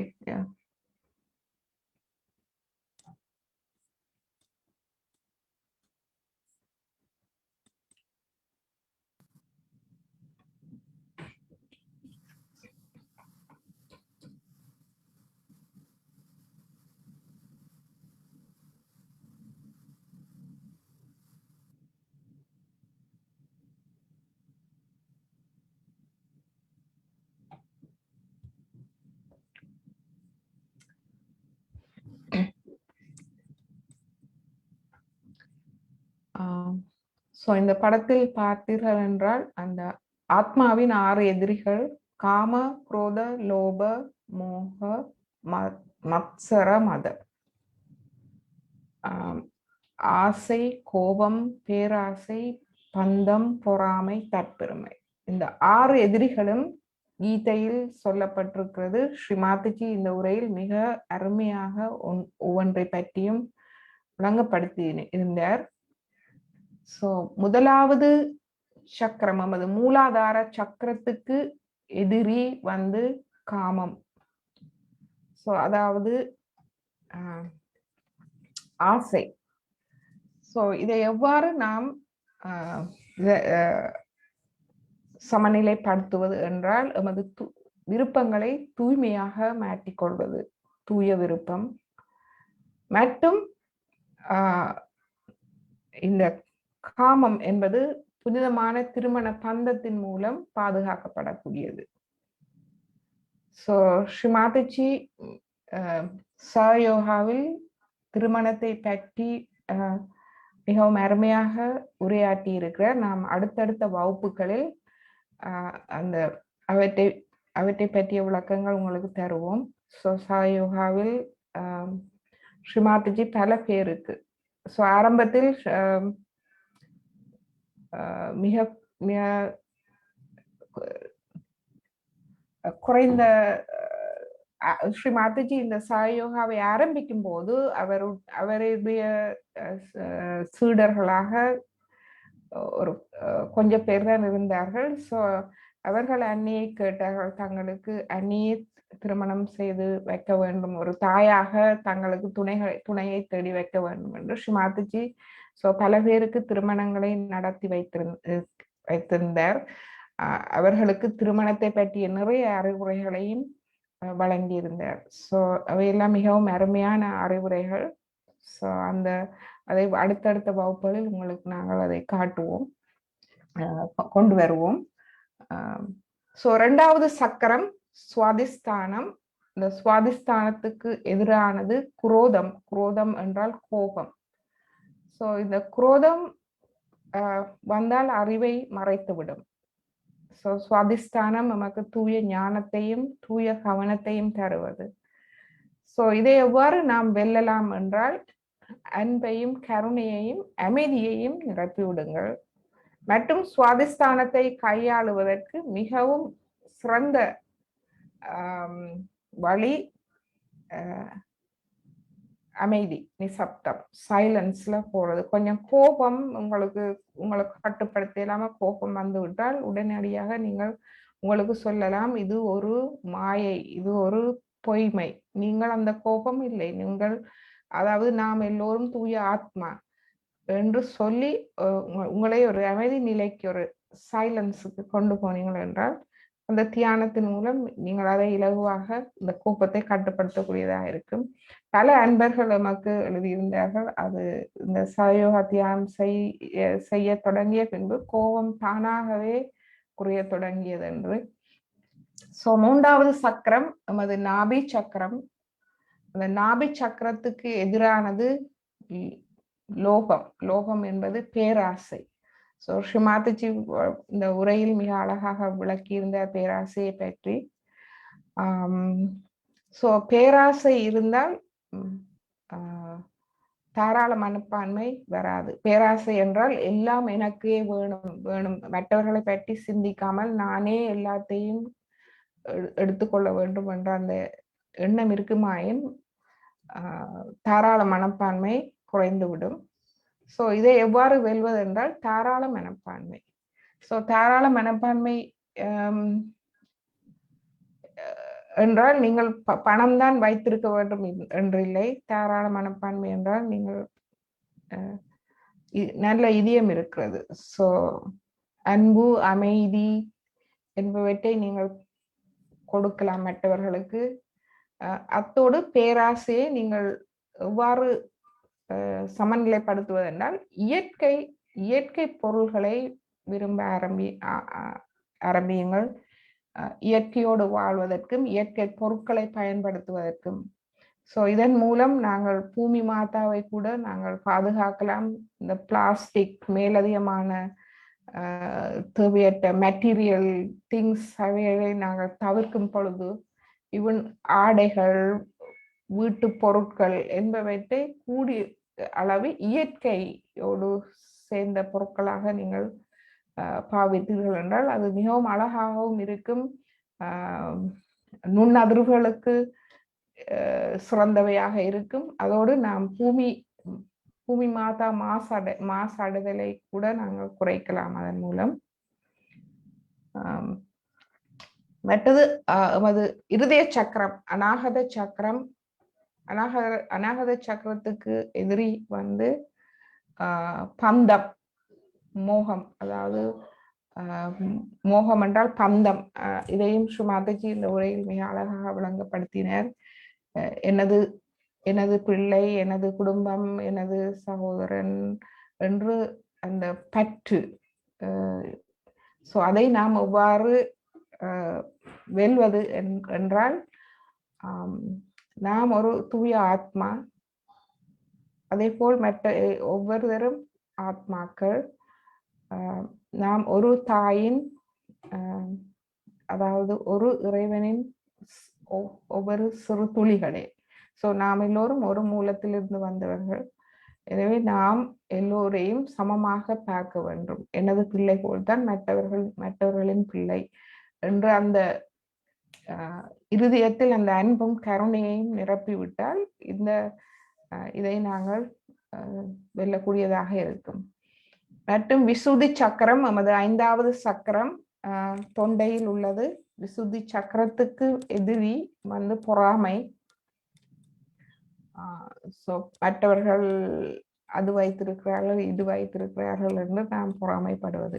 இதை எவ்வாறு நாம் சமநிலைப்படுத்தலாம் என்றால் மிகவும் இலகு.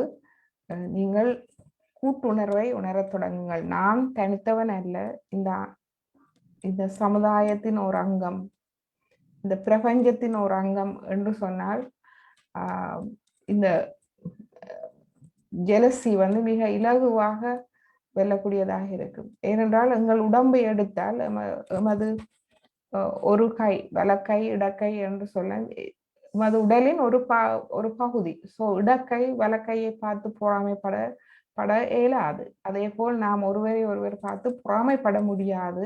ஏனென்றால் நாம் part and parcel of the whole. நாங்கள் ஒரு பிரபஞ்சத்தின் ஒரு பகுதி. ஸோ இந்த உண்மையை நாங்கள் உணர்ந்து விட்டோம் என்றால் அந்த பொறாமை தானாக மறைந்துவிடும். ஏனென்றால் ஒருவரின் முன்னேற்றம், முக்கியமாக ஒருவரின் ஆத்ம முன்னேற்றம் மற்றவருக்கு வெகுவான நன்மையை தரும். உங்களுக்கு ஒரு ஆத்ம விழிப்புணர்வு உள்ள ஒரு புண்ணிய ஆத்மா உங்கள் ஊரில் இருக்குமானால் அந்த ஊரே அந்த நன்மை அடையும். எனவே நாங்கள் மற்றவர்களின் முன்னேற்றத்தை பார்த்து பொறாமைப்பட தேவையில்லை. அது மாறாக அது நமக்கு நன்மையே தரும். மற்றவர்களின் முன்னேற்றம் நன்மையே தரும். ஒன்று செய்யலாம், நாங்கள் மற்றவர் அதே மாதிரி நாங்களும் முன்னேற வேணும் என்று நாங்கள் நமது எண்ணத்தை மாற்றி விடலாம். மேலும் அடுத்தது 6வது சக்கரம், ஆஞ்ஞா சக்கரம், நமது நெற்றியில் உள்ளது. அதற்கு எதிரான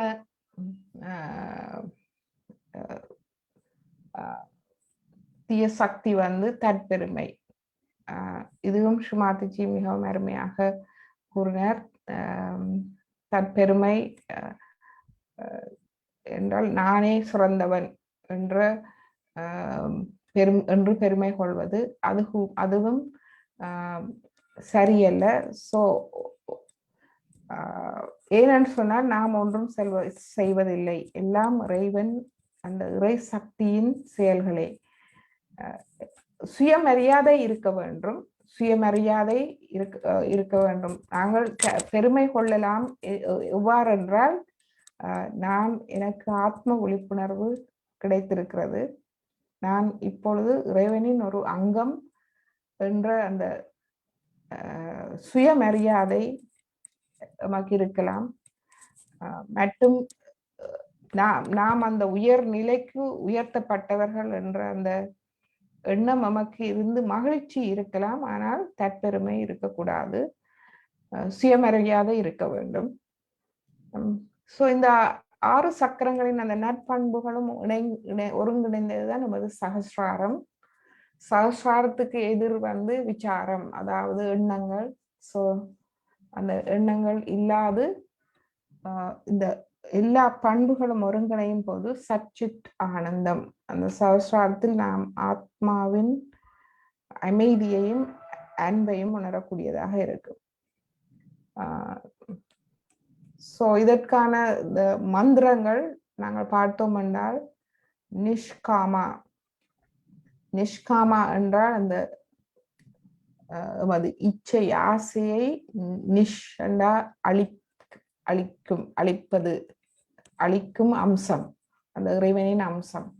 ஸோ இதில் நாங்கள் சொல்லலாம், ஓம் துவாமேவ சாக்ஷாத் ஸ்ரீ நிஷ்காமா நமோ நமஹா என்ற மூலாதார சக்கரத்துக்கு நாம் சொல்லலாம். சுவாதிஷ்டான சக்கரத்துக்கு நாம் சொல்லலாம், ஓம் துவாமேவ சாக்ஷாத் ஸ்ரீ நிஷ்க்ரோதா நமோ நமஹா.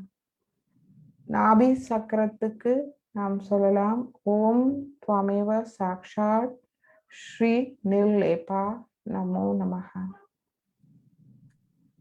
அநாகத சக்கரம் ஓம் நிர்லோபா. And Anahata Chakram, Om Twameva Sakshat Shri Nirmoha Namo Namaha. And Vishuddhi Chakram, Om Twameva Sakshat Shri Nirmatsara Namo Namaha. And Agya Chakram, Om Twameva Sakshat Shri Nirmada Namo Namaha. And Sahasrara Chakram, Om Twameva Sakshat Shri Nirvichara Samadhi Sakshat Shri Adi Shakti Mataji Shri Nirmala Devi Namo Namaha. So இந்த மந்திரங்களையும் நாம் பாவிக்கலாம், அல்லது நீங்கள் உறுதிமொழிகளோ பிரார்த்தனைகளும் அதற்கு சமமானவை. So இவ்வாறு இந்த சக்கரங்களை நீங்கள் பலப்படுத்தலாம்.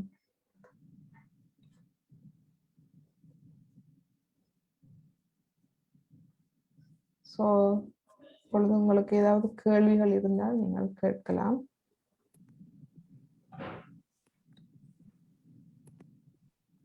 நீங்க அன்மியூட் பண்ணலாம், பண்ணி பேசலாம்.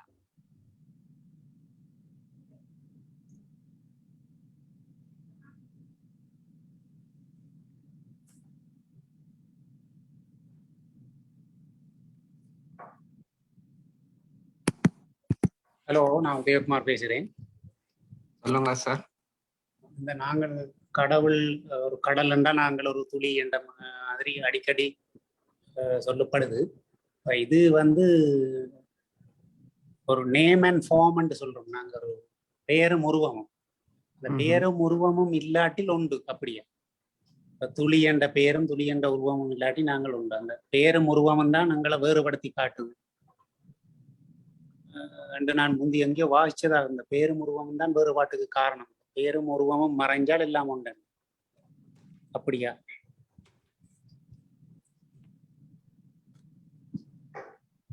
நேம்லெஸ் அண்ட் ஃபார்ம்லெஸ்ஸா மாறினால் எல்லாம் உண்டு. நேம்ன்றது என்னத்தை சொல்றீங்க சார்? நேம் என்று நாங்கள் ஒரு துளி என்ற ஒரு பெயர் வைக்கிறோம், துளிக்கு ஒரு உருவம் வைக்கிறோம். உருவம் இருக்கு, அந்த உருவமும் பெயரும் இல்லாட்டி அதுவும் கடலும் உண்டு. அப்படியா? இல்லை, அந்த துளி கடலை சேர்ந்தாதான் துளியும் கடலும் ஒன்று. அப்ப இப்ப அந்த துளி என்ற பெயரும் உருவம் இல்லாமல் போகும், அது கடலோட முற்ற சேரும் பொழுதுன்னு. அதே மாதிரி தான் எங்களுடைய ஆத்மா முற்ற பரமாத்மாவோட சேரைக்குள்ள அந்த ஐடென்டிட்டி இல்லாம போகும்.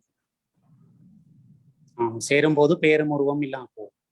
அதாவது அது என்ன சொல்றது, லிட்டரலா இல்லை, பட் இப்ப உண்மைதான் என்னென்றால் இப்ப கடல், பெரிய கடல் இருக்கு, அதுல இருந்து கொஞ்சம் நீரை நீங்க எடுக்கிறீங்க, வெளியில எடுக்கிறீங்க, செப்பரேட் பண்ணப்படுது. ஒரு செப்பரேட் பண்ணிக்கல, அது கடல் இல்லை இப்ப. ஆனா திரும்ப நீங்க கடலுக்குள்ள போடக்கல அந்த அந்த எடுத்த நீங்க நீரை திரும்ப எடுக்க முடியாது, அது கடலோடையே ஒன்றாகி விடும். அதேதான் ஆத்மா பரமாத்மாவுக்கு இடையில அப்படித்தான். ஆனா உதயகுமார் சார், ஆனா நாங்கள் அப்படி எங்களுடைய ஆத்மா பரமாத்மாவோட சேரைக்குள்ள அது வந்து ஒரு என்ன சொல்றது, ஒரு நுண்மையான விஷயம். அதாவது சேர்ந்தாலும் எங்களோட உடலும் பேரும் ஸ்டில் உலகத்துல இருக்கும். ஆனால் அதோட அங்க அதோடையான அட்டாச்மெண்ட்டும் ஐடென்டிட்டியும் எங்களுக்கு குறைஞ்சு இல்லாம போயிடும். அதுதான் அந்த உண்மையான கருத்து. பிசிக்கலி இல்லாம போகாது, அந்த ஒரு சின்ன வித்தியாசம். ஆனா மீனிங்ல உண்மை ரெண்டும் அது. அந்த உதாரணம் துளியும் கடலும் சேர்ற உதாரணம் ஆத்மா பரமாத்மா சேர்றதுக்கு. பிசிக்கலி இல்லாம போறதுன்றால் அவற்ற வாழ்க்கை முடிவுல இல்லாம போகும். பிசிக்கலி இல்லாம போறதுன்றா அது ரப்போட. பிசிக்கலி உடம்பு அதுகள் எல்லாம் 5 எலிமெண்ட்ஸ் 5 எலிமெண்ட்ஸ் தானே, பஞ்சபூதங்களாக மாறிடும் என்ன எல்லாம் இல்லாம போகும்போது எங்களை உடல் எல்லாம் பஞ்சபூதங்களால ஆனது, அப்படியே தண்டி போயிடும். அது ஃபார்ம் மாறுது, உருவம் பஞ்சபூதத்தின் சேர்க்கையும் பிரிகை. ரைட். ஒரு டிஃப்ரெண்ட் ஃபார்ம்ஸ் என்ன ஹியூமன் ஃபார்ம்ல வந்து இல்லாம போன பிறகு வேற மாதிரி ஃபார்ம்ல போயிடும்.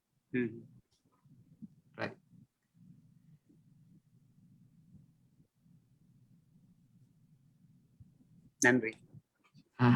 நன்றி நன்றி. மற்றவங்க ஏதாவது கேள்வி இருக்கா இந்த 6 எதிரிகள் பற்றி?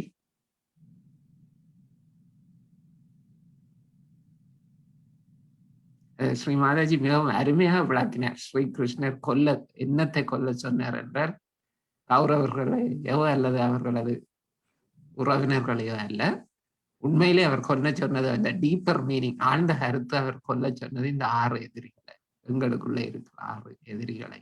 அந்த கதை வந்து அதுக்கு ஒரு உதாரணம், பாண்டவ கௌரவ யுத்தம்.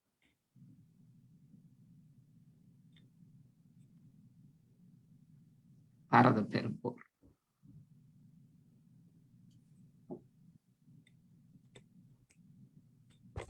மிகவும் அழகாக ஸ்ரீமாதாஜி விளக்கினார்.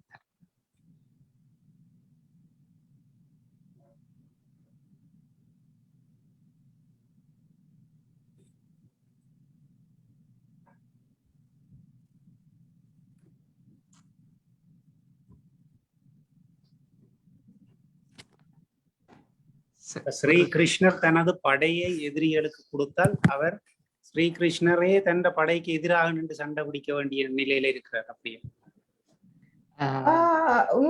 சண்டையில நேரடியா கலந்து கொள்ள என்ன சண்டை வந்து என்ன அவரை எடுக்கிறார், பாண்டவர்கள் எடுக்கிறாங்க.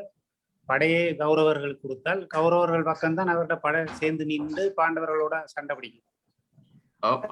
இதுல உண்மையிலேயே இதுல என்ன விளங்க வேணும் என்றால், பாண்டவர்கள் புத்திசாலிகள். ஸ்ரீ கிருஷ்ணர் ஒருவரே போதும் அவர்களுக்கு வெல்வதற்கு. ஏனென்றால் அவர்கள் வந்து ஸ்ரீ கிருஷ்ணர் அவதாரம் கோட் ஆல்மைட்டின் பக்கம் இருக்கிறார்கள், அவருடைய படையம் மாத்திரம் என்ன. சோ அதுதான் இங்க இதுல காட்டுகிறது. അതിന്റെ ആളുടെ കരുത്ത് തന്നെ ഉണ്ടാൽ அந்த வெளிப்படையான யுத்தத்துக்கு மேலே അതിന്റെ ஆழ்ந்த கருத்து என்னென்றால், அந்த பாண்டவர்கள் கடவுளை அறிந்து கொண்டனர். ஸ்ரீகிருஷ்ணர் கடவுளின் அவதாரம் வந்ததை they recognize. அதனாலதான் ஒரு கடவுளை சண்டை பிடியாட்டி கூட தங்கட சொல்லி விவேகத்தையும் விஷ்டத்தையும் காட்டு. அதனாலதான் அர்ஜுனன் கவலைப்படையில அர்ஜுனன் அந்த மாபெரும் படையையும் கௌரவர்கள் எடுத்துக்கொண்டாலும் அர்ஜுனன் கவலைப்படையில. ஏனென்றால் ஒரே ஒரு ஸ்ரீ கிருஷ்ணர் தன்னோடு இருக்கும் பொழுது பயம் எதற்கு? அந்த எல்லாம் வல்ல ஸ்ரீகிருஷ்ணர் விஷ்ணு அவதாரம், எல்லாம் வல்ல விஷ்ணு காப்பாற்ற இருக்கும்போது அதே மாதிரி அவர்களை வெல்ல வைத்து தர்மத்தை வெல்ல வைத்து விட்டார் என்ன. சோ அதைத்தான் அந்த விஷ்டம், அந்த அதாவது அந்த அர்ஜுனன் எவ்வாறு ஸ்ரீகிருஷ்ணரை இனம் ரெக்கக்னைஸ் பண்ணினார், எவ்வாறு அவர் அர்ப்பணிப்போடு இருந்தார், முழு ஸ்ரீகிருஷ்ணரோடு தன்னை முழுமையாக அர்ப்பணித்து விட்டபடியால் தான் அந்த போரில் அவர்கள் வெல்லக்கூடியதாக இருந்தது. அதைத்தான் காட்டுகிறது. நான் ஒண்ணு ஆட் பண்ணட்டுமா சார்? சொல்லுங்க. இதுல என்னன்னா, நம்ம அதர்மம் பண்ணா காட் நமக்கு சப்போர்ட்டே பண்ண மாட்டார். அதுதான் மெயின். இதுல தர்மத்துல இருக்கணும். அண்ட் காட் நம்ம கூட அப்பதான் இருப்பார். அப்ப நம்ம எல்லாத்துலயும் வெல்லலாம். ஆனா நம்ம தர்மத்துல இருக்கணும், ரொம்ப இம்பார்ட்டன்ட். அதுக்கப்புறம் அதுல என்ன சொல்றேன்னா, இந்த பாடி வந்து எப்படியும் எல்லாருக்கும் அழியதான் போறது ஒரு நாளைக்கு இல்லையா? பிறப்பு இருந்தா இறப்பும் இருக்கும். அண்ட் இப்போ வந்து அவெல்லாம் அதர்மம் பண்ணிட்டா. ஈவன் பீஷ்மர் கூட திரௌபதி வஸ்திரஹரம் பண்ணும்போது பீஷ்மர் கூட சப்போர்ட் பண்ணல இல்லையா? அப்போ எல்லாருமே already dead. when they don't support the dharma and சத்தியத்தை காப்பாத்துறதுனால அவெல்லாம் அவர் கொஞ்சம் கூச்சப்படுறார் அர்ஜுனன். நம்மளுக்கெல்லாம் ஃபேமிலியில அப்படிதானே வளர்த்துறா, ரிலேட்டிவ்ஸ் கூட இப்படி இருக்கணும் அப்படி இருக்கணும்னு. ஸோ அவருக்கு அது மாதிரி ஒரு சந்தேகம் வருது, நான் கொல்லலாமா கொல்லக்கூடாது. அப்பதான் அவர் கீதோபதேசத்துல சொல்றாரு, தேர் ஆல்ரெடி டெட். ஒன்ஸ் அதர்மம் பண்ணி இந்த மாதிரி ஒரு அக்கிரமம் நடக்கும்போது, அதுவும் கிருஷ்ணரோட அவதாரத்துல, சோ அதனால அவர் ஆக்சுவலி இதுல அர்ஜுனன் வந்து இந்த 6 எதிரிகளையும் வெண்டா சரி, என்ன பந்தம் பாசம் எல்லாத்தையும் வெண்டா சரி. அதுதான் அர்ஜுனனுக்கு உள்ள நடக்கிற போர். அதுதான் அவருடைய அந்த உள்ளுக்குள்ளே அவருடைய அந்த 6 எதிரிகளோடு தான் அவர் போராடுகிறார் உண்மையிலேயே. சோ இந்த மகாபாரத போர்ல அர்ஜுனன் வந்து ஸ்ரீகிருஷ்ணர் தான் இந்த முழு போரையுமே நடத்துகிறார். அர்ஜுனன் செய்தது என்னன்னு சொன்னால், அவர் அந்த 6 தனக்குள் இருக்கிற அந்த 6 எதிரிகளோடும் தான் போராடுகிறார். அதற்காகத்தான் அவர் கீதையை அதிலேயே உபதேசிச்சு அந்த 6 எதிரிகளையும் வெல்லுவதற்கு அவர் உதவி செய்தார் ஸ்ரீகிருஷ்ணர் அர்ஜுனனுக்கு. அந்த 6 எதிரிகளின் அந்த மேனிஃபெஸ்டேஷன் தான் இந்த வெளிப்படையா அந்த பிசிக்கல் ஃபார்ம்ல வந்தது. இந்த மேனிஃபெஸ்டேஷன் பாசத்தை கொள்றது என்றால் அது சிம்போலிக்கா என்ன மாதிரி காட்டினோம்னு சொன்ன, அவற்றை சகோதரர்கள் அதர்மம் செய்தபடியா, மிகவும் மன்னிக்க முடியாத அதர்மம் செய்தபடியா, அல்லது அதர்மத்தை தடுக்காமல் உடந்தையாக இருந்ததாலே அவர்கள் ஏற்கனவே செத்து போயிட்டோம். மற்றும் கடைசி இறுதியாக அவர்கள் தங்கள் பிள்ளைகளை கூட இழந்தார்கள். என்ன இழந்து 5 பேரும் திரௌபதியும் தான் தப்பினார்கள். எல்லா பிள்ளை அதுல முழுக்களும் அந்த பந்தம் எல்லாவற்றையும் அவர்கள் வெல்ல வேண்டி இருந்தது, துறக்க வேண்டி எல்லா 6 எதிரிகளையும் அவர்கள் வென்று வந்தபடியாதான் அவர்கள் அதுக்கு பிறகு இவ்வளவோ காலம் தர்மத்தில் அந்த நாட்டை ஆண்டார்கள், தர்மத்தை நிலைநிறுத்தி. இதுல இந்த மகாபாரதத்துல கிருஷ்ணர் ஃபுல்லாவே டிவைன் டிப்ளமசி காமிச்சிருக்காரு நிறைய. அதாவது இந்த துரியோதனனும் அர்ஜுனனும் அவரை பார்க்கறதுக்கு போர் தொடங்கறதுக்கு முன்னாடி, அப்போ கிருஷ்ணர் தூங்கி படுத்துட்டு இருக்காரு. அப்போ துரியோதனன் நினைச்சுக்கிற தலை மாட்டுல உட்காந்துக்கிறாரு, இவர் வந்து அர்ஜுனன் வந்து கால் பக்கத்துல உட்கார்றாரு. துரியோதனன் ரொம்ப இது எடுத்திருந்து இப்ப கேட்கிறார், நீங்க 2 பேரும் வந்ததுனால உங்க 2 பேருக்கும் நான் யார் கூட இருக்கணுங்கிறத டிசைட் பண்றதுக்கு நீங்க 2 பேரும் சொல்லணும். அப்போ துரியோதனன் பேச தொடங்கினா கிருஷ்ணர் சொல்றாரு, யாரு என் கால் மாட்டுல வந்து உட்காண்டாங்களோ அவங்களுக்கு ஃபர்ஸ்ட் ப்ரிஃபரன்ஸ்.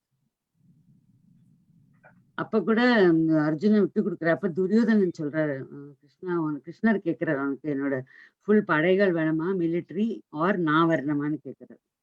அப்போ துரியோதனன் டிசைட் பண்றான், நமக்கு மிலிட்ரி தான் வேணுமா. கிருஷ்ணரோட பவர் அவர் தெரியறது இல்லை அவருக்கு. அப்போ கிருஷ்ணர் சொல்றாரு, சரி உனக்கு படையை கொடுத்துடுறேன், என்னோட ஃபுல் மிலிட்ரி இதை சேனா அப்படியே உனக்கு கொடுத்துடுறேன், நான் வந்து அர்ஜுனன் கூட இருக்கேன். That is also we have to notice இல்லையா? அதுல ஸ்ரீகிருஷ்ணர் என்ன சொன்னாரு, அது அவங்க அது 2 பேரும் எல்லாம் ஒரே நேரத்துல வந்திருந்தாங்க. ஆனா அர்ஜுனன் வந்து கால்ல இருந்ததால அவர் வந்து he saw him first. எனவே நான் உன்னை முதல் பார்த்ததால உனக்கு முதல் கேட்கிற உரிமை அளிக்கிறேன் அப்படின்னு சொன்னார். அது என்னத்தை இன்னும் காட்டுதண்டா அர்ஜுனன் புத்தி விவேகம் மட்டுமல்ல பணிவையும் காட்டுது. சரண்ல இருக்காரு அவர், அதாவது கால் பாகத்துல பரமாத்மாலே அவர். மற்றது அதோட அதோட அர்ஜுனனுக்கு முதல் சான்ஸ கொடுக்கிறார். அப்ப அவருக்கு சாய்ஸ் படையா கிருஷ்ணரா. So Arjunan he chose Krishna. So துரியோதனனுக்கு நல்ல ஹாப்பி, ஓ அந்த படம் எனக்கு வந்துட்டு. துரியோதனன் அர்ஜுனன் முட்டாளன்னு நினைச்சான் துரியோதனன். அதுக்குதான் நம்ம தியானம் எல்லாம் பண்ணும்போது நமக்கு நல்ல அறிவு, நம்ம சரணாகதியில காட் கிட்ட நம்மளோட ஓன் குண்டலினி சக்தி கிட்ட இருக்கும்போது நம்மள அழகா கைடு பண்ணிட்டே வருவா. அதுக்கு நம்ம மெடிடேஷன் பண்ணோம் போத் டைம் விடாம. அப்பதான் நம்மள ப்ராப்பர் கைடன்ஸ் உள்ள இருந்து கிடைக்கணும். எல்லாமே நம்ம இந்த கீதையில இருந்து படிச்சுக்கலாம் நம்ம. சோ அதான் திரும்ப எல்லாரும் அந்த மகாபாரதம் நட்டது ராமாயணம் படியுங்க. நிறைய இப்ப ஆத்ம விழிப்புணர்வு பெற்ற பிறகு அத நீங்க நிறைய விளங்கக்கூடியதா இருக்கும். சரியான டீப்பர் மீனிங் படிக்கல, சும்மா அது ஒரு கதை மாதிரி படிக்கிறது என்ன. உண்மையான ஆழ்ந்த கருத்து ஆத்ம விழிப்புணர்வு கிடைச்ச பிறகுதான் அந்த ஒவ்வொரு சம்பவத்திலும் நிறைய ஆழ்ந்த கருத்து இருக்கு இந்த கதையில. ஆனா இப்ப நல்ல வடிவா நிறைய அந்த சீரியலாயும் செய்திருக்கிறாங்க. நல்ல பெர்ஃபெக்ட் அந்த வசனங்கள் இதுகள் எல்லாம் பெர்ஃபெக்டா செய்திருக்கு. அந்த ஆர்டிஸ்ட கோட் கிரேஸ் அப்படி அவங்க உருவாக்கினது அதுகளையும் நீங்க பார்க்கலாம். இப்ப அவங்க அந்த யார அது ப்ரொடியூஸ் பண்ணினது அவங்க வந்து நல்லா அண்டர்ஸ்டாண்ட் பண்ணி டீப்பர் மீனிங் வெரி அண்டர்ஸ்டாண்ட் பண்ணி செய்திருக்காங்க.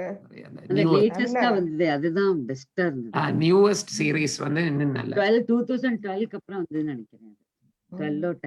சோ அத நீங்க பார்க்கலாம். எல்லாரும் கொஞ்சம் கொஞ்சமா அந்த சீரியல் தானே ஒன்ஸ் அ வீக் ஒரு இதாவோ அப்படியோ ஒரு டைம் இருக்குன்னா கொஞ்சம் கொஞ்சமா பாருங்க.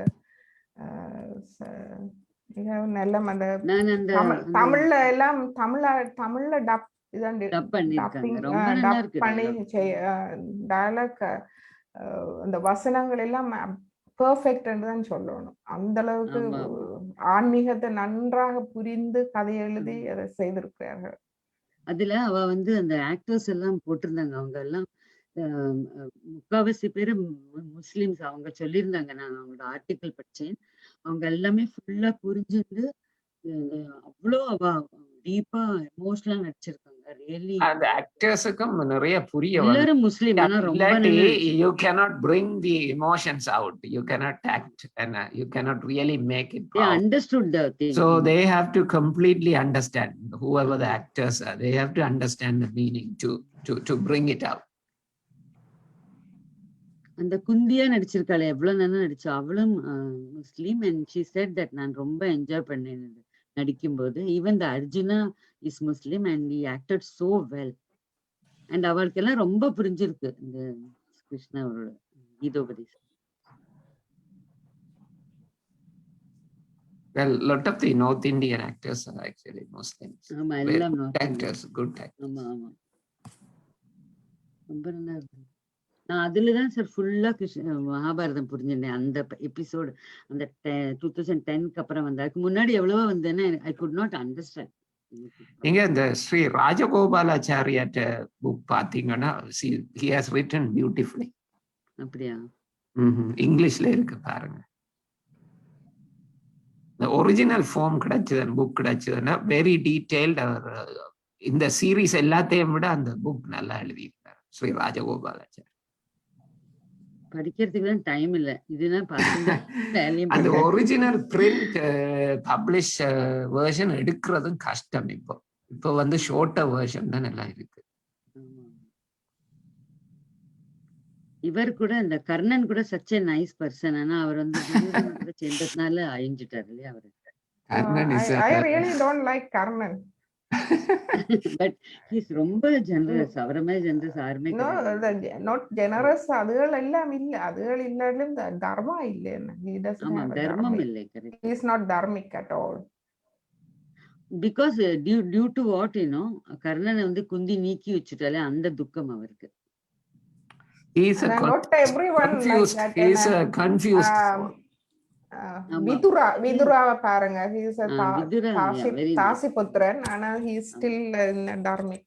He is very dharmic. அதனால தர்மம் is so important in our life. So இந்த இதுல ஒவ்வொரு இதால பாதிக்கப்பட்ட ஆட்கள் தான். அந்த 5 பாண்டவாளும் குந்தி தேவி வந்து 5 எலிமெண்ட் கிட்ட இருந்தா வாங்குறா, அது தெரியும் இல்லையா? கர்ணன் இஸ் ஃப்ரம் சூரியன், ஐ திங்க். கர்ணன் வந்து சூரிய புத்திர, யுதிஷ்டிரன் தர்மராஜா வந்து தர்மதேவத புத்திரன், பீமன் வந்து வாயு புத்திரன், அர்ஜுனன் வந்து இந்திரனுடைய அம்சம், நகுல சகாதேவர் அஸ்வினி குமாரர்.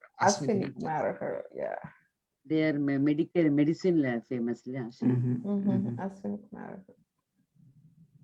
எவ்வளவு நல்ல ஒரு இந்த இதை அவ்வளவு நல்லா என்ஜாய் பண்ணி படிக்கலாம். சைஜுகள் வந்து ஒரு வைப்ரேஷன்ஸ் அப்படி வருது அது படிக்கும்போது. நம்மளோடதுல இருக்கே கீதா என்லைட்டன் புக் இருக்கு சைஜுகள், ஸ்ரீ மாதாஜி சொல்லி எழுதினது. உண்மையான மீனிங் வந்து இல்ல மாதாஜி கூட கன்சல்ட் பண்ணி பண்ணது அது.